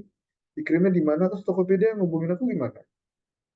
Jadi itu tuh prinsip tiga itu dikuasain udah bisa ngerjain eh, tulisan-tulisan dari aplikasi besar. Gitu. Ini dari contoh yang lainnya ini diambil dari Kak Kristi ya. Sempat juga ngajar di Jokan Academy. Kak Kristi dari Gojek gitu. Kalau dia ngasih tahu bahwa nulis itu tuh yang clear, yang jelas gitu. Hubungi penjual gitu. Lebih lebih bagus itu telepon penjual berarti kan udah jelas pakai kata-kata yang lebih konkret gitu. Terus kayak contohnya informasikan ke pembeli itu tuh ini kan terlalu panjang ya. Bisa lebih sederhana itu, lebih disederhanakan lagi itu bisa jadi beritahu pembeli gitu. Kalau bisa disederhanakan kenapa harus pakai yang panjang gitu. Jadi itu tuh jumlah kata itu tuh atau jumlah karakter itu tuh menentukan juga sih. Karena tadi orang jarang baca ya. Terus pastikan Anda sudah isi form untuk melanjutkan. Ini bisa disingkat lagi nih, dijelasin lagi. Jadi langsung aja ambil ujungnya, isi form untuk melanjutkan. Fokus aja itu pada tujuannya, nggak perlu bertele-tele lah, nggak perlu pada ini. Sebab akibat taruh kata kerja di depan gitu. Langsung aja, nggak muter-muter. Nah ini tadi singkat gitu, jadi semuanya bisa disingkatin gitu kayak pertanyaan. Apakah kamu menyimpan perubahan ini? Jadi tinggal langsung aja menyimpan perubahan ini. Kan bisa disingkatin, selagi bisa disingkatin, dibuat jelas, kenapa tidak gitu. Itu Illustrator PR-nya. Itu juga yang buat draftnya banyak revisi gitu karena ini bisa ini gitu, segala macam. Ini kayak tadi penjelasan login gagal pas masalah udah langsung aja soal salah segala macam karena ini redundant gak sih kan udah 2 kali login gagal pas masalah udah bisa disatukan kok. Nah sama yang tadi solutif gitu kalau bisa punya solusi gitu kan. Contohnya kamu punya pesan ini baiknya ada pesan baru ini bikin pengguna lebih yakin gitu kan. Terus maaf stok bajunya habis. Nah ini ada solutifnya nih kami carinya segini sih ya gitu. Terus email klik link ini kan lebih bagus kalau dikasih tahu dong daftar job hunt daftar kayak gitu tuh. Sudah deh sesi tanya jawab. Oke. Oke. Oke, kalau gitu tiba saatnya kita udah sesi diskusi ya, Kak Ori ya. Betul nggak? Oke, kalau gitu buat teman-teman Japan Writer Camp yang udah menyimpan pertanyaannya mulai tadi dan pengen diskusi langsung sama Kak Ori, boleh banget teman-teman langsung aja bisa raise hand kayak biasanya atau lempar pertanyaan di chat. Tapi teman-teman, aku prefer buat teman-teman yang bisa langsung aja ngobrol-ngobrol sama aku sama Kak Ori gitu ya. Kita bisa Boleh. saling diskusi gitu. Jadi buat teman-teman yang mungkin mau langsung tanya soal UX writing ya teman-teman, boleh langsung aja raise hand. Silakan teman-teman. Silakan nih guys. Yang tadi di chat juga belum clear, boleh ditanya. Follow up lagi pertanyaan. Iya, betul. Yang tadi udah bertanya, boleh bertanya lagi ya teman-teman. Mungkin ada yang kurang jelas atau masih kurang nangkep gitu ya. Untuk menjelaskan ke Ori, boleh banget teman-teman langsung aja untuk on mic gitu ya. Oke. Oke, mungkin Oke, iya Kak Ori, ada pertanyaan yang di up nih sama teman-teman ya di chat ya. ini dulu mungkin kali ya. Sambil menunggu teman-teman juga. Boleh resen juga sambil menunggu. Ini dari Aisyah. Kak, kalau di Illustrator nggak ada badan karakter nggak dalam buat tulisan step-step yang kerja. Misalnya button of Facebook. Ini udah dijawab sih. Jadi kalau contohnya nih button ya. Button itu tuh idealnya dua atau tiga kata. Kenapa gitu Kak? Karena kalau terlalu panjang, 4 atau 5, itu tuh pasti nggak dibaca gitu. Terus kalau bisa, button itu tuh berikan dua tiga kata. Kalau bisa tuh ada kata kerjanya, supaya dia tertarik untuk mengklik, karena kan tujuannya untuk ngarahin pengguna ke step berikutnya. Lebih visi ke depan gitu istilahnya button. Terus kalau notifikasi pop-up, Kak, itu bahasa karakternya ada nggak? Ada dong. Jadi kalau misalnya teman-teman terlalu banyak isi teksnya di notifikasi, itu tuh kadang nggak kelihatan di HP tertentu. Jadi teman-teman berkaca aja sama HP sendiri, ke teman gitu. Pasti ada yang terpotong tuh notifikasi pop-up-nya, notifikasi dari Gojek kah, atau dari Shopee yang sering atau di Tokopedia. Jadi itu tuh disesuaikan dengan bisa berdasarkan HP teman-teman sama temennya gitu. Oh berarti kalau misalnya titelnya ini tuh 4 karakter atau 4 kata, ya udah pakai kayak gitu. Terus kalau misalnya deskripsinya, kayaknya satu baris saja cukup nih karena kalau udah tiga baris nggak kelihatan. Itu bisa jadi trial errornya kayak gitu. Gitu cuy. Terus, nih Putri, apakah semakin singkat semakin baik? Tapi kalau lihat Gojek tuh kelihatan ramah banget ya walaupun kalau singkat. Iya, jadi tuh Gojek itu tuh dia punya ini. Jadi teman-teman kalau misalnya udah mikirin experience ke depannya lagi, next step-nya lah gitu lebih bagusnya, itu tuh ada temanya gitu. Misalnya kalau Gojek, setahu aku mungkin dia ini ya teman perjalanan ya temanya. Jadi gimana caranya tuh kita buat tulisan itu tuh sebagai teman perjalanan. Jadi itu si driver sama pengemudi itu tuh nggak hanya ngobrol di ininya di live-nya, tapi ngobrol di aplikasinya itu benar-benar kayak ngobrol antara driver sama si pengemudi sehingga maka tulisannya itu lebih ramah karena mereka gunain komunikasinya pakai tema gitu. Jadi, kalau punya misalnya aplikasinya apa, websitenya apa, itu tuh dibuat tema lebih bagus. Nah itu tuh mereka komunikasinya atau membuat tulisannya juga kita lebih mudah. Penyampaiannya lebih mudah, cara nulisnya juga lebih gampang gitu karena udah ada temanya. Jadi itu sih. Kalau misalnya mungkin website pemerintahan pasti kan lebih formal, berarti kan temanya yang lain lagi nggak tuh. Jadi bakal berbeda lagi tuh kalau misalnya tergantung produknya. Jadi harus nanti juga produknya atau aplikasinya atau bisnisnya atau perusahaannya. Kayak gitu. Terima kasih Tri. Terus ini dari Mirna. Berarti nggak perlu pakai subjek Kak, langsung predikat. Oke. Kalau itu, kalau aku sih kayak ngobrol aja gitu. Komunikatif mungkin.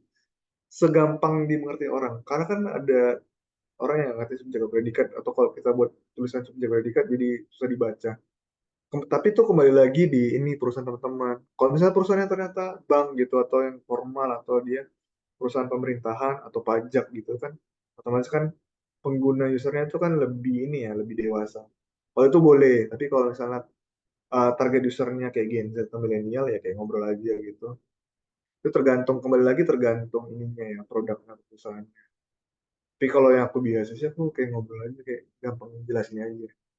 Tapi kalau ternyata usernya itu lebih tua, dikit dewasa gitu, 40-an ke atas, mau nggak mau kita harus menggunakan kata formal sama pakai subjek predikat itu tuh, Mirna. Kembali lagi tergantung perusahaan. Itu terus ini ada dari Vina. Kak, kan nggak perlu kakek ngedesain waktu kerjanya. Karena tadi sebenarnya perlu desain thinking. Kalau buat portofolio kayak gitu untuk daftar daftar kerja kita tetap perlu nunjukin mau desain atau misalnya jelasin user journey pakai kopinya aja cukup. Nah, ini kalau eh, contohnya study case, itu kan teman-teman pasti ini ya, pakai desain simpel aja gitu. Nggak usah terlalu desain banget, karena yang dibutuhkan newsletter itu tuh portofolionya itu tuh ya solutif dari kopi atau informasinya, bukan desainnya fokusnya. Orientasinya kita pada tulisannya gitu. Jadi buat kalau misalnya buat portofolio, nggak usah cantik banget desainnya, biasa aja juga nggak masalah. Yang penting tujuan dari informasi kopinya itu tuh atau informasi tulisannya itu tercapai. Jadi nggak perlu desain, kalau mau desain nggak perlu. Misalnya jelasin user journey pakai kopinya aja cukup. Kalau user journey kan itu tentunya berbeda ya. User journey ya kalau bisa semenarik mungkin dari portofolio ini. Karena ini udah bicara yang berbeda ya. Kalau tadi tulisan itu tuh nggak masalah desainnya jelek. Tapi kalau tuh user journey itu udah konteksnya berbeda.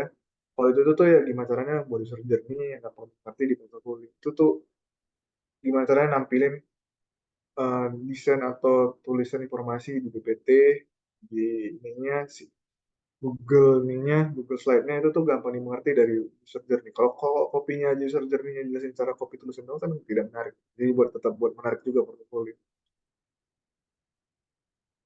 Ada tips nggak biasanya untuk jadi creator kita perlu menunjukkan skill apa di CV dan portofolio?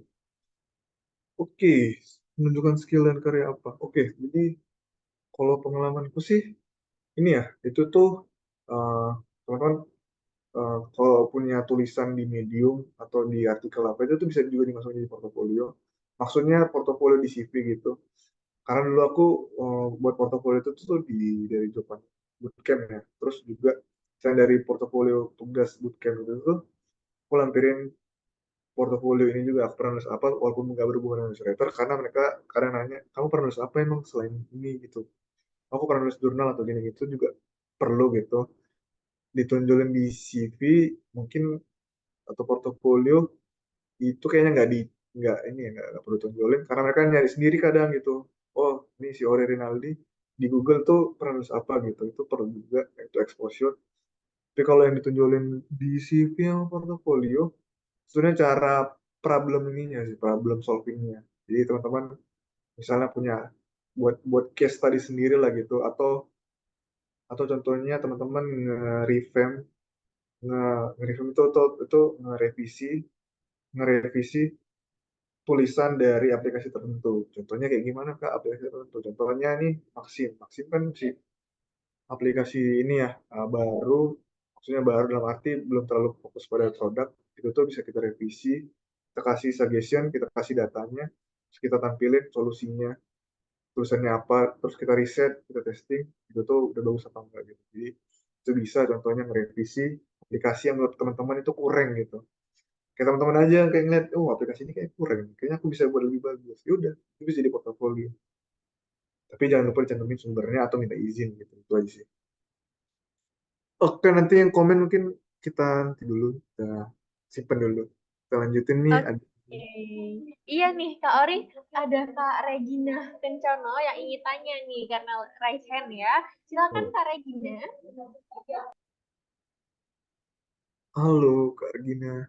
Iya, terima kasih Kak Nora. Jadi mau tanya saya ke Ori, ini Oke. kalau riset UX writing itu biasanya ngapain aja? Apa cuma kayak lihat-lihat website atau aplikasinya kompetitor gitu, atau ada hal lain yang dilakukan itu biar kita lebih jelas gitu. Soalnya kalau ini kan jarang ya, biasanya jarang dibahas di sehari-hari, keseharian gitu. Jadi pengen tahu risetnya itu kayak gimana aja. Terima kasih. Ya, terima kasih Kak Regina. Riset ya. Oke, kalau riset, eh, tadi udah benar dijelasin Kak Regina, kompetitor. Kompetitor itu baik direct sama indirect juga boleh. Apa sih, contohnya istilah ini. Mungkin kalau kemarin di Lenpasa perdebatannya, delivery atau diantar atau dikirim atau di apa gitu. Itu tuh kita risetnya itu tuh kita ngeliatnya dari kompetitor. Kompetitor pakai apa sih? Kata delivery, diantar, dikirim atau di apa gitu. Itu jadi perdebatan. Kalau dari asumsiku awalnya, asumsi kan itu kadang membunuh ya asumsi. Contohnya, oh kayaknya dikirim sih atau diantar sih. ini delivery enggak, ini kan orang nggak paham bahasa Inggris gitu. Ternyata dari asumsi sama riset kompetitor tadi itu tuh di dunia nyata atau di fakta di lapangan gitu itu tuh beda gitu. Jadi pas kita tanya ke kurir lain parcel itu tuh mereka gunain bahasanya apa sih gitu.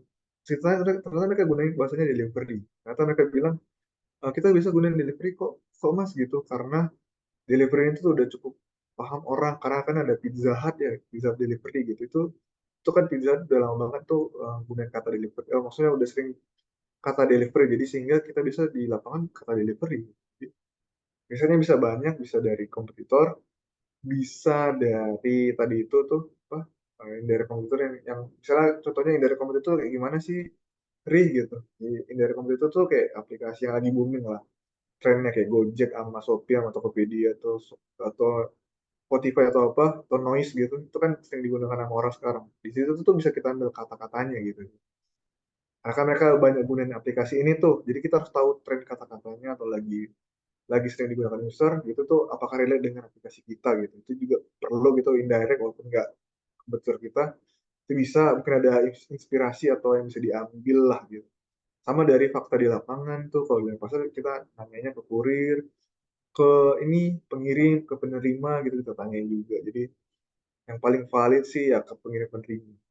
Nah, kalau misalnya kita nggak ada waktu, bisa juga kita nanyanya ke ini orang operasional yang sering berhubungan dengan customer atau kurirnya gitu, atau yang berhubungan dengan ke bawahnya gitu, itu bisa kita tanya. Stakeholder juga bisa kita tanya misalnya. Bahkan kalau misalnya kok Kak Ori, misalnya kalau misalnya nggak ada case-nya kayak gitu tuh gimana kata-kata yang baru nih misalnya. Ya udah kita tinggal coba ini aja sih, mini mini mini search gitu. Jadi kita bisa coba kayak kayak SEO gitu, kita coba nyari di ini, Google Keyword juga bisa sih jadi sumbernya gitu, Google Keyword gitu. Kalau misalnya ternyata kata-kata itu baru baru dan kira-kira kita masih ragu untuk gunain kata-kata tersebut, itu tinggal kita mini research aja dari, nggak ada juga di kompetitor, nggak ada di user apa segala macam, nggak ada tuh, udah buntu banget. Ya udah kita based on dari Google Keyword sih. Jadi berbagai macam sih, itu salah satu contoh yang bisa dilakukan gitu.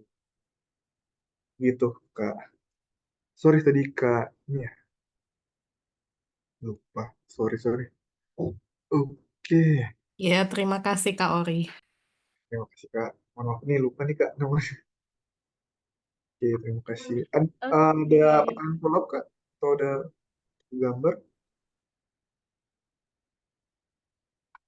Oke, aman ya. Oke. Oke, mungkin teman-teman yang lain yang mau on mic juga sama kayak Kak Regina barusan, boleh banget teman-teman untuk langsung aja on mic dan kita bisa diskusi bareng Kak Ori ya. Oke. Oke, mungkin kita lanjut yang komen kali kan orang. Oke, boleh Kak Ori. Oke. Oke, terima kasih tadi Kak Regina. Oke, kalau ada pertanyaan lagi boleh silakan. Kita lanjut ke Kak Aisyah. Kalau kalau mau berkarya sebagai illustrator, bagaimana ya model portofolio? Apakah ada website yang membantu? Oke, adakah website yang membantu? Oke, nanti ini uh, aku share lagi setelah kelas selesai. Nanti aku bisa kirim contoh websitenya ke Kak Nore. Jadi nanti aku minta tolong Kak Nore untuk nanti di-share ke grup. Ya, di itu. Oke, siap. Oke. Iya, kemudian nih Kak Cecil. Kak Cecil, Kak mau tanya, ini kan kolaborasi sama desain aplikasi atau website. Nah, aku mau tanya sebagai praktisi, iya, cara menemukan sense desain itu gimana Kak? Selain menemukan sense desain untuk user. Sense design gitu. Oke, kalau desain sih simpel aja gitu. Teman-teman sering buka aplikasi kan. Tapi kali ini kalau buka aplikasi kan biasanya buka-buka aja gitu. Tapi kalau udah di dunia dunia desain atau dunia digital ini, creator gitu, ya udah kadang teman-teman komentari aja itu kayak kayak kayak komentar bego aja gitu, ngasal aja gitu di aplikasi yang teman-teman buka. Ini kok aneh banget ya gitu desain, ini kayaknya harus bisanya gini gitu, gitu. Jadi keseharian itu bisa ditimbulin dari apa yang kita buka setiap hari. Sih kan sering tuh teman-teman nemuin masalah gitu di Instagram ketika lagi misalnya lagi um, DM DM orang tapi error gitu karena koneksinya apa, itu bisa teman-teman analisis sendiri gitu ketika buka Twitter kayak misalnya ada problem ketika mau post ternyata nggak jalan nih, nggak kok nggak terpost gitu, itu interaksi munculnya tuh di sini kayak gimana. Pas lagi belanja online ternyata teman punya pengalaman buruk gitu, oh kemarin belanja online itu tuh ketika returnnya tuh susah banget, terus juga nggak ada informasinya. Nah itu tuh bisa jadi menemukan desain juga, oh kalau misalnya returnnya aku kayaknya dibuat kayak gini kayaknya lebih enak sih gitu. Kayaknya kalau misalnya returnnya dipermudah, dibuat desainnya kayak gini, tulisannya kayak gini, itu lebih gampang nggak sih gitu gitu. Jadi apa aja teman-teman yang biasa buka aplikasi ada apa problem gitu tuh, atau ada yang kurang gitu, yaudah itu tuh bisa jadi coba kita mikir secara ini, uh, gimana sih cara aku benerinnya gitu, menyelesaikan ini kalau misalnya aku katakanlah jadi produk desainernya atau produk writernya di aplikasi ini. Itu bisa sih, tinggal cek-cek aja aplikasi teman kalau ada pengalaman buruk gitu. Bisa di game, bisa di email, di aplikasi, semua bisa. Oh, ketika belanja, ketika liburan gitu, atau beli tiket pesawat gitu-gitu kan sering kita nemuin kendala-kendala. Oke, Mas apakah ada contoh format pengerjaan? Oke, jadi Ah, iya. oke, Kak Ari, aku mau komenin dikit. Jadi tadi kita kalau misalnya mau belajar UX writing juga kita bisa muncul gitu ya pikirannya dari masalah-masalah yang terjadi gitu ya Kak Ari ya. Iya. Iya. Oke, ini buat teman-teman juga mungkin bisa banget ya mulai berlatih dari situ ya menemukan suatu masalah gitu dari aplikasi yang sering kita pakai. Ini buat teman-teman lain kalau misalnya ada lagi yang mau untuk langsung on mic dan diskusi bareng Kak Ori, selain dari chat gitu ya, biar kita bisa diskusi bareng, boleh banget teman-teman.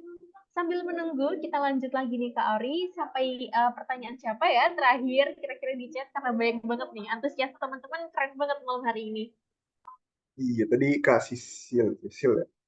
Lanjut nih Kak Arif, apakah ada contoh format pengerjaannya? Kalau membuat brief proposal di IG kan ada, biasa tuh ada format pengerjaan. Sama, hampir sama sih formatnya. Ada titelnya, ada deskripsi atau subtitle gitu. Sama. Jadi sama kayak copy carousel segala macam, itu sama, ada titel, ada subtitle. Biasa itu sih ada titel sama subtitle lah. Tapi yang membedakan formatnya itu tuh jumlah karakter teksnya gitu. Tergantung gitu, tergantung karakter teksnya itu tuh. Jadi kita harus menyesuaikan karakter teksnya itu dengan desainnya. Itu makanya tadi nggak bisa kerja sendirian, jadi kerja bareng desainer. Karena kalau teman-teman masukin teks yang terlalu panjang di desain tertentu, itu tuh nggak bisa gitu, nggak bakal kebaca. Jadi teman-teman buatnya satu line atau 5 kata gitu dalam satu paragraf, gitu-gitu. Jadi formatnya sama, title, terus juga ada karakter yang berbeda. Oke, ini boleh nih Kak Elizabeth nih, silakan opennya. Silakan Kak Elizabeth. Halo Kak Ori, salam kenal aku Ave. Jadi aku mau tanya untuk pewarnaan tulisan atau button di website atau aplikasi itu juga bagian tugas dari UX writer nggak sih? Soalnya kan kadang ada informasi penting kayak warning ataupun next step ataupun lain-lain itu kan harus di highlight ya agar user tuh aware. Sedangkan kan kadang desainer tuh kurang peka untuk hal-hal seperti ini apalagi di penulisan gitu. Nah, itu juga tugas UX writer nggak sih, Kak? Gitu. Oke, terima kasih Kak Ave tadi ya. Oke, mau menjawab, itu tuh tugas bersama sih, karena itu ada konteks nulisnya, ada konteks desainnya. Jadi itu saling mengingatkan lah gitu. Terus paling tipsnya yang biasa digunakan, kalau dia sukses dia warna hijau. Terus kalau dia warning tadi, Kak Ave, error tuh dia merah. Jadi terus warna netral itu tuh bisa beda. Misalnya informasinya itu tuh sukses berarti hijau, itu pada umumnya. Kalau misalnya merah, dia informasi warning atau dia melakukan kesalahan atau kita coba kasih tahu solutifnya. Tapi kalau untuk informasi yang biasa itu tuh beda-beda warnanya, ada yang biru, ada yang putih, ada yang hitam, tergantung dari brand guideline atau brand si aplikasi tersebut. Jadi itu tugas kedua-duanya gitu. Kalau misalnya desainer lupa, kita ingetin. Kalau misalnya kita yang lupa, desainer juga pasti ingetin gitu. Jadi saling inilah, saling bantu gitu. Karena kan konteksnya kolaboratif ya. Jadi itu perlu di garis bawahi. Gitu sih paling kami. Oke. Apakah menjawab ke aku? Oke, makasih banyak Kak Ori. Terima kasih. Oke. Oke, ini tadi Arif tadi iya udah dijawab ya. Semoga menjawab. Kalau ada pertanyaan silakan tanya lagi. Kalau Aisyah, nih kita pengalaman paling seru selama kerja sebagai writer. Itu sih serunya nggak ini ya ketemu ketemu orang banyak. Jadi kayak misalnya tadi aku ceritain tuh kata delivery itu tuh ternyata asumsiku A sampai B ternyata tuh mereka pakai yang C gitu. Itu menarik gitu. Ternyata kok pakai C gitu. Sama yang paling menarik lagi itu tuh ngerjain aplikasi kurir gitu. Contohnya kayak gini nih. Kalau aplikasi Gojek kan pasti ada aplikasi drivernya gitu. Kalau kita yang bisa makan aplikasi customernya. Nah, di lain parcel itu juga kayak gitu, ada aplikasi kurirnya untuk mereka ngantar paket gitu. Jadi ternyata mereka itu tuh guna kalau mereka ngasih saran bahwa buttonnya itu tuh semua title case, jadi huruf besar semua gitu. Mereka bilang gini, Mas, eh, kalau ini tombolnya itu kalau bisa huruf besar semua ya, soalnya nggak kebaca nih pas di lapangan gitu.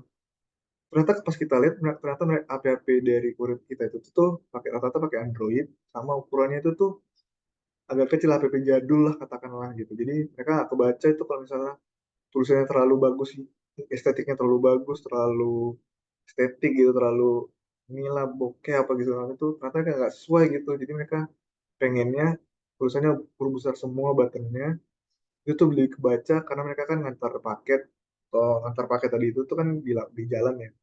Pasti kan buru-buru nggak sih? Jadi mereka tuh lebih ngebaca ketika tulisannya besar. Itu sih paling ternyata mereka bacanya kayak gini gitu.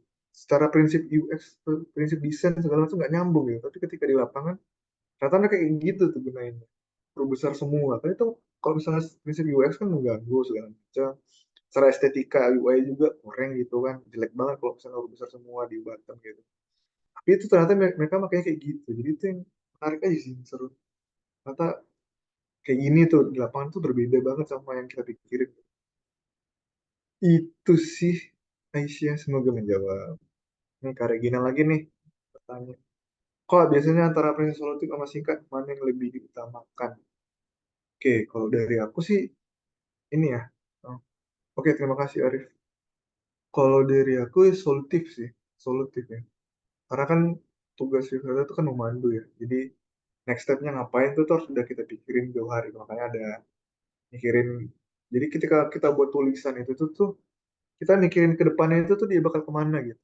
Jadi nulisnya itu tuh mikirnya ke step flow berikutnya gitu. Jadi kayak contohnya halaman keranjang, keranjang pasti kita nginfoin segera lakukan pembayaran gitu. Itu kan informasi segera lakukan pembayaran. Jadi kan kita mikirin flow berikutnya itu apa. Pas sudah jalan pembayaran, segera bayar sekarang dalam waktu berapa detik gitu. Itu kan mikirin ke depannya gitu kan. Udah bayar nih, udah bayar, dia mikirin lagi solutifnya. Apalagi selanjutnya yang mereka lakuin ya panduannya gitu. Ya eh, konfirmasi ke seller supaya barang kamu segera dikirim gitu kan, di chat kan. Ketika bayar kemarin. Jadi kalau aku sih solutif ya, karena bikin mereka itu tuh dari awal sampai akhir itu tuh perjalanannya tuh lancar nyaman gitu sesuai dengan prinsip gitu sih karena sebenarnya singkat ini juga susah sih diterapkan. Nggak semua teks itu tuh bisa singkat gitu, kadang harus berkompromi juga sama tim desain. Ini kayaknya aku nggak bisa buat singkat deh, gimana caranya desainnya tetap bagus, tulisannya kayak gini nih. Kita diskusi gitu sih Karin. Terima kasih. Oke, yang lain gimana guys? Masih ada waktu nih ya kan Nora ya. Iya nih, kita masih ada waktu sampai dengan jam 9, teman-teman. Jadi bisa dimaksimalkan nih untuk diskusi dan tanya-tanya gitu ya sama Kak Ori. Selain teman-teman bisa tanya-tanya juga, teman-teman juga kayak bisa mungkin dari experience teman-teman menulis UX writing sebelumnya gitu ya. Mungkin dalam ada bentrok mungkin sama divisi lain seperti yang barusan Kak Ori bilang gitu ya, tulisannya kepanjangan. Gimana caranya tim desainnya bisa benerin itu supaya enak dilihat gitu sama customer gitu ya, sama user gitu ya. Nah, hal-hal seperti itu teman-teman juga bisa sharing bareng kita di sini bersama dengan Kak Ori juga tentunya teman-teman. Oke, buat yang lain yang masih mau bertanya juga boleh disilahkan ya teman-teman. Kita masih ada waktu kurang lebih 15 menit lebih dikit gitu ya. Oke, di sini ada yang raise hand nih Kak Ori. Di sini ada Kak Asteria Dita. Halo Kak. Halo Kak Dita. Halo, selamat malam. Oke. Silahkan Kak. Ya, perkenalkan nama saya Aster. Aku mau tanya, kalau misalnya seperti contohnya Tokopedia nih, dia punya website sama aplikasi. Nah, kalau UX Writer tuh nanti kerjanya itu satu kali kerja untuk website dan aplikasinya, atau emang timeline kerjanya tuh beda kan? Kan kadang kita bikin kalimat untuk di apps sama di website kan keterbacaannya kan berbeda ya. Misalnya kita udah terlanjur bikin di website, tapi pas di aplikasinya kayak kepanjangan atau kayak kurang efektif untuk di aplikasi itu kayak gimana ya, Kak? Oke. Menarik nih pertanyaan dari Aster ya.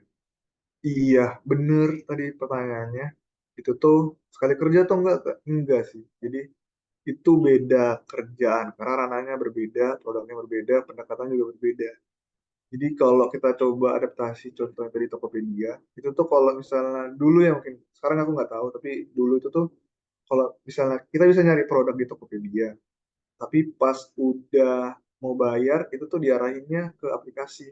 Karena mungkin briefnya dari tim Tokopedia, mereka ningkatin transaksinya itu di aplikasi supaya orang install aplikasi segala macam, biar mereka nggak fokusnya di web gitu, jadi fokusnya di HP, karena di HP itu tuh dibawa kemana-mana supaya mereka transaksinya enak gitu dan lancar, experience juga lebih oke, dan gampang di tracking juga ya paketnya di aplikasi ketimbang di web.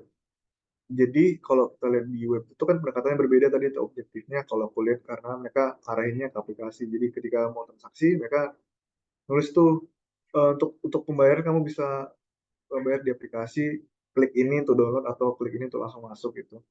Jadi pertanyaannya itu tuh berbeda. Bahkan kalau di live parcel itu tuh kalau misalnya di aplikasi sama websitenya itu tuh beda orang gitu. Jadi kenapa beda orang? Karena kalau pendekatan di website itu tuh usernya berbeda sama dengan user yang aplikasi gitu. Karena beda user, otomatis pendekatan penulisannya juga berbeda. Ketika pendekatan penulisannya berbeda, maka juga yang ngerjain juga berbeda gitu. Kalau misalnya kita ternyata projectnya juga nyangkut di aplikasi sama website, jadi kita ngerjain dua-duanya, tapi itu pendekatan usernya pasti berbeda karena datanya berbeda kan, data data usernya itu tuh umurnya berbeda segala macam, behavior segala macam itu berbeda, jadi kita harusnya berbeda. Terus kalau secara bisnis tadi aku bilang tuh kan berbeda juga. Siapa tahu di website itu tuh ketika transaksi itu diarahkannya ke aplikasi. Jadi fokusnya itu tuh untuk ngembangin aplikasi ketimbang websitenya. Karena kalau misalnya orang banyak transaksi di website, dia nggak fokus nih di aplikasi gitu gitu. Berbagai macam kebutuhan dari perusahaan kebijakannya. Jadi karena tadi berbeda usernya, satu-sama berbeda, terus juga berbeda tujuan bisnisnya berbeda, itu tuh pasti berbeda juga ininya pendekatan. Jadi uh, kalau di aku pengalaman aku sih belum ada yang ngerjain harus mirip aplikasi yang website sih. Itu sih paling. Jadi itu hal yang berbeda. Gitu Aster. Terima kasih. Oke, terima kasih. Oke, nah. Nih Aisyah ada follow pertanyaan. Jadi akhirnya buttonnya huruf kapital semua atau enggak? Iya, jadi karena kita orientasinya user, karena feedbacknya itu tuh huruf besar semua tadi, itu jadi kita buat buttonnya itu tuh huruf besar semua karena si kurirnya itu nggak kelihatan karena alasannya HP-nya HP-nya Android, terus dia ukurannya itu HP yang lama gitu, versi lama, jadi sehingga kita sesuaikan dengan si si ininya, si drivernya atau kurirnya gitu. Jadi itu tuh jadi landasan kita untuk ke stakeholder atau ke atasan. Ini Pak, kita kayaknya bakal pakai ini nih walaupun kurang secara UI atau UX gitu. Tapi mereka pengennya kayak gini. Jadi itu jadi landasan data sehingga jadi diimplementasi tadi. Nah ini dari Pak Rizal, kamu tanya. Pekerjaan saya itu agak sulit ditemukan ya. Saya jarang lihat di local tech. Oke, itu eh, karena semua perusahaan belum arahnya belum punya aplikasi atau produk digital atau website, itu memang masih berapa perusahaan aja yang masih ngebuka lowongan website karena nggak semua juga belum mengerti mengenai dunia produk digital ya. Jadi itu masih sedikit, tapi untuk prospeknya mungkin kalau melihat aplikasi yang makin banyak sama tren digital makin banyak, kayaknya itu ada potensial sih. Kalau persaingan masuk ke dalam posisi tersebut, apakah sulit? Apakah sulit itu ya kayaknya karena banyak juga sekarang bootcamp itu jadi banyak persaingan sih. Tinggal bagaimana kita tinggal cari unique selling USP-nya lah, unique selling point-nya dari kita. Kita tuh illustrator yang fokusnya di mana, niche marketnya kayak gimana, jadi tinggal nge-brandingin aja untuk kita bisa coba apply di posisi tersebut sih. Misalnya seperti content writer, di content writer itu kan sudah berjumlah orang yang masuk ke pekerjaan. Nah, tapi kalau ketimbang content writer sama copywriter, saingannya kayaknya lebih sedikit illustrator sih ketimbang. Nah, kan masih sedikit ya illustrator. Dan juga mungkin orang baru-baru tahu juga kali ya. Iya, itu. Nah, bagaimana illustrator? Apakah antara lowongan kerja dan pelamar itu seimbang atau memang salah satu? Antara lowongan kerja dan pelamar. Antara lowongan kerja dan pelamar itu seimbang atau memang salah satu? Maksudnya ini ya, total eh, daya ininya, kebutuhannya sama pelamarnya ya. Kayaknya masih normal aja sih. Kayak misalnya contohnya satu satu lowongan kayaknya 50 ke 100 nggak sampai ribuan sih. Masih normal-normal aja sih kalau aku lihat ya. Itu sih Pak Rizal. Nah, ini salsa. Kak, sorry Kak, pertanyaan ini sudah sempat dijawab. Atau sempat ada materi mana? Kalau kerja kita tuh awalnya gimana ya? Belum kebayang di pikiranku soalnya. Oke. Oke, jadi kerjaan saya tuh kita tinggal nunggu briefnya aja. Nanti ada tim produk ngasih brief brief itu isinya kayak latar belakang, terus tujuannya, sama kebutuhan fitur apa aja yang udah, contohnya fitur apa ya, contohnya kayak fitur cicilan gitu, fitur cicilan atau pay letter. Ini ada fitur pay letter, kenapa kita buat fitur pay letter? Karena user trennya udah ke pay letter, karena seringkali di akhir bulan user itu tuh uh, bingung kalau belanja online gitu, maka kita buat fitur ini untuk mengakomodir dari user ini. Terus tujuannya, gimana caranya ngebuat fitur creator itu tuh gampang dipahami dan mereka menggunakan fitur ini.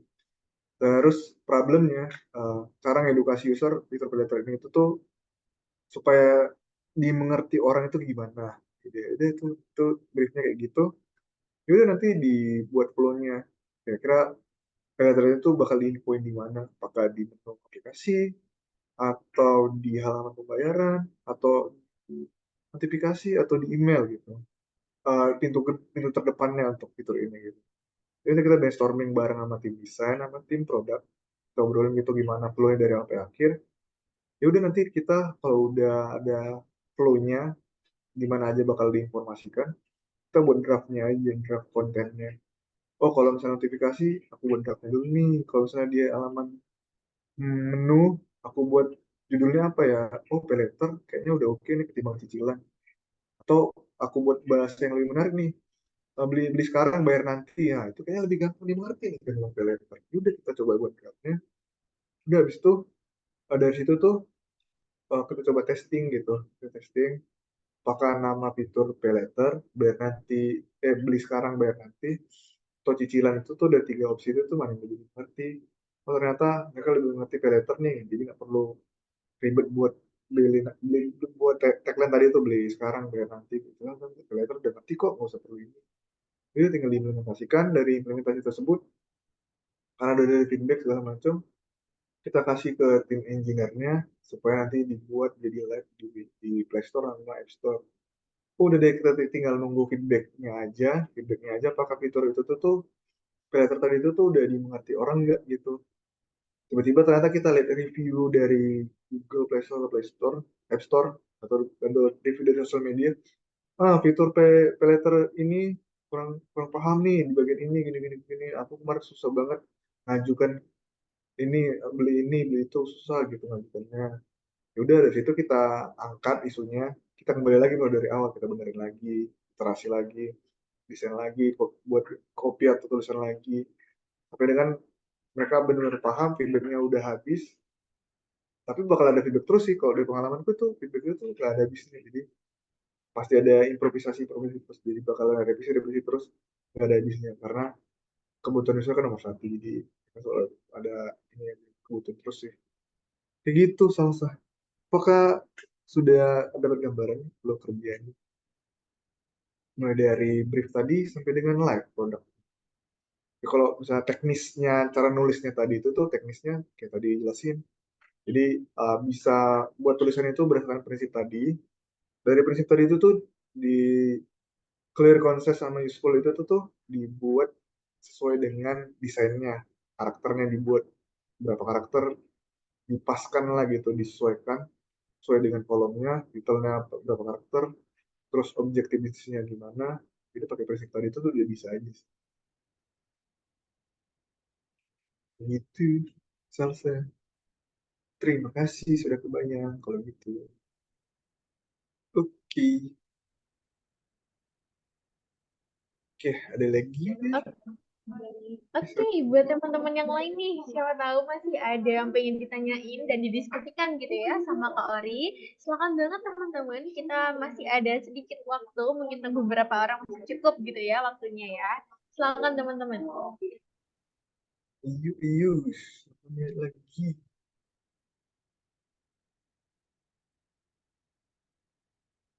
Yang tadi nanya, boleh juga tuh ditanya lagi. Saya ini belum ngerti, Kak. Kak, tadi itu apa sih ini maksudnya? Gitu, boleh.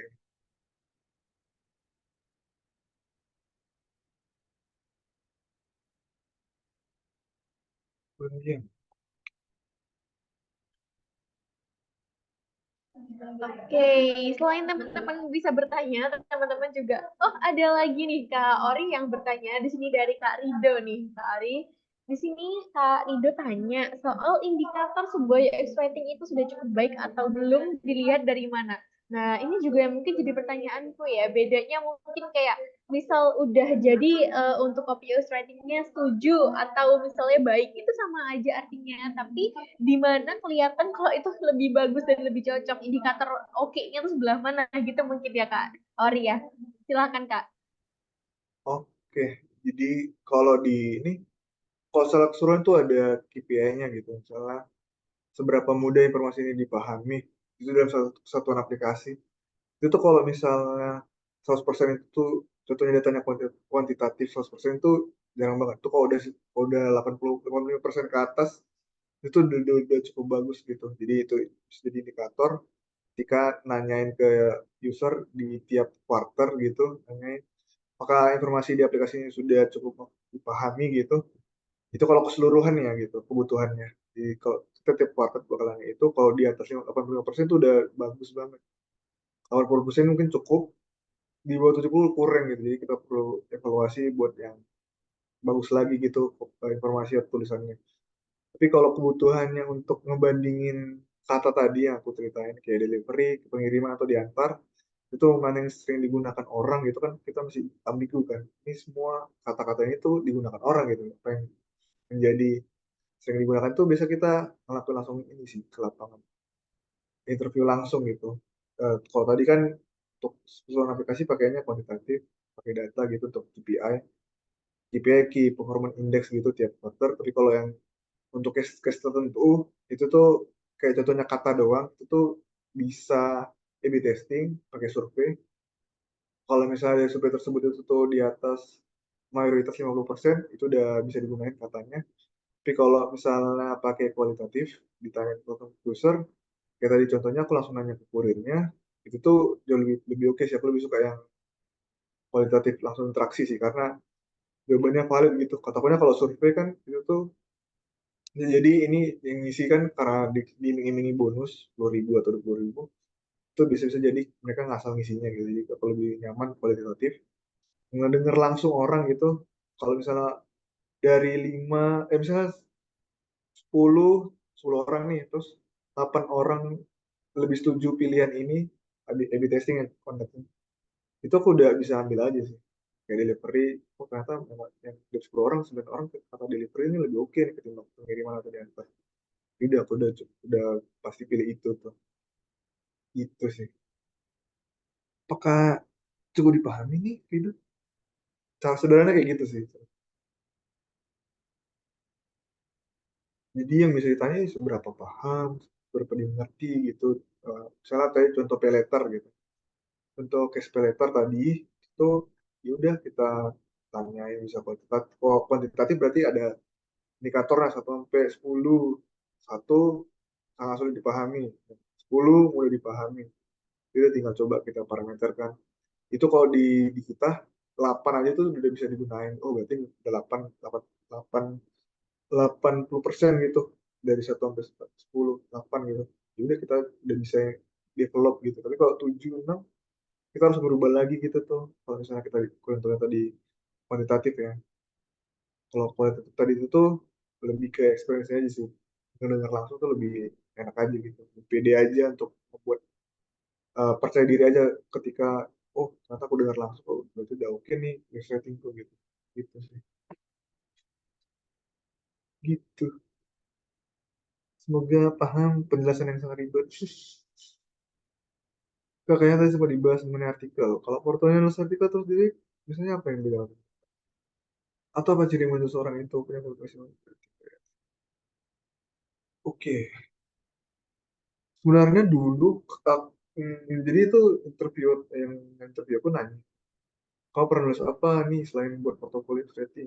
Jadi dia nanya apakah aku tuh doyan nulis gitu karena kan ya saya kan harusnya doyan nulis ya. Jadi makanya ditanya kamu pernah ngerjain artikel apa aja gitu. Jadi portofolio yang di luar Illustrator itu juga bisa. Tapi kalau mau bahas tentang Illustrator juga boleh gitu. Terus apa ciri yang menurut seorang itu punya kualifikasi yang Illustrator? Itu yang tadi problem solving. Jadi semakin banyak teman-teman ngerjain case, ya udah teman-teman ngecek aplikasi nih, terus ngeliat problem, terus dibuat jadi case tadi, terus dibuat solusinya dengan proses Illustrator tadi, itu bisa jadi artikel atau portofolio, udah tinggal dipublish aja. Semakin banyak case-nya, berarti eh, semakin teruji gitu teman-teman pengalaman untuk ngerjain case study Illustrator. Juga pasti bakal dihitung juga, oh ini dia udah pernah ngerjain aplikasi logistik nih, berarti cocok nih di sini nih, atau udah aplikasi trading nih, berarti dia udah pernah nih ngerjain kasus kayak gini nih, gitu. Itu sih contohnya. Apa yang membedakan tulisannya? Hmm, Oke, biasanya apa yang membedakan tulisan? Kalau aku sih, ini ya, kalau aku nulis sebebasnya aja sih, jadi kalau misalnya teman-teman mau ngebuat ngebedain gitu, tergantung caranya sih, gitu. Iya terus, iya boleh hasil revisi atau boleh rekomendasi atau boleh nge-audit aplikasi gitu. Gak usah direvisi, cuman ngasih saran aja gitu. Itu bisa sih. Gitu, Put. Oke. Oke. Rido, terima kasih Kak. Terima kasih. Aisyah, Kak, kalau punya responden itu apakah ada kriteria tertentu? Nah, kalau kriteria tertentu sesuai dengan pengguna aplikasinya siapa? Itu aja sih. Pengguna aplikasinya siapa? Ya udah tinggal tanya aja responden. Soalnya pengguna aplikasinya kurir. Ya udah kurir aja, kurir-kurir yang menggunakan aplikasi tersebut. Atau misalnya penggunanya ini apa customer customer yang sering belanja pay later itu tuh usia berapa?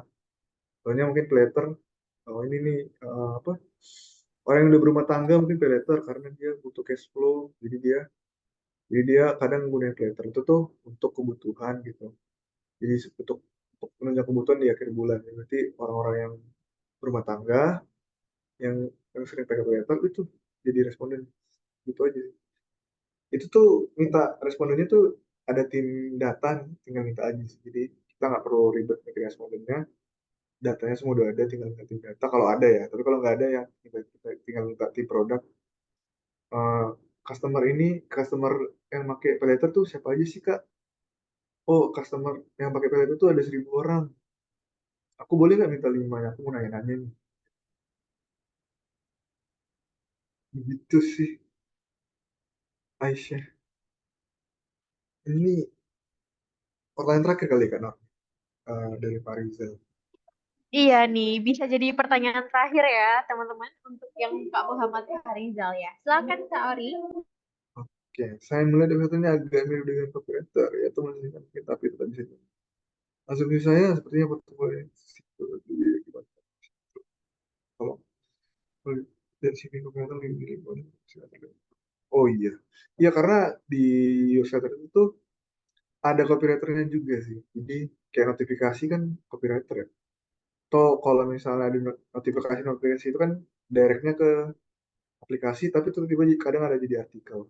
Itu juga skill copywriter juga dipergunakan. Mak, newsletter juga ngerjain email gitu kadang email tergantung ininya ke skopnya sampai mana kadang ngerjain email ngerjain notifikasi, sama pengumuman-pengumuman misalnya ada yang maintenance di aplikasi. Iya sih, paling pendekatannya tinggal diubah ke microcopy sih. Karena copywriter kan terlalu panjang ya, tapi kalau copywriter tuh microcopy, sedikit aja gitu. Terus, kalau ada CV copywriter, itu nilai plus.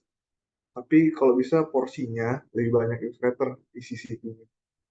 CV-nya banyak illustrator, portofolionya banyak illustrator. Kalau mau nambah copywriter boleh juga itu sebagai, berarti kan teman-teman bisa nulis copywriter juga, itu nilai plus sih. Karena kan itu dari segi bisnis lebih oke gitu, lebih kan nulis copywriter.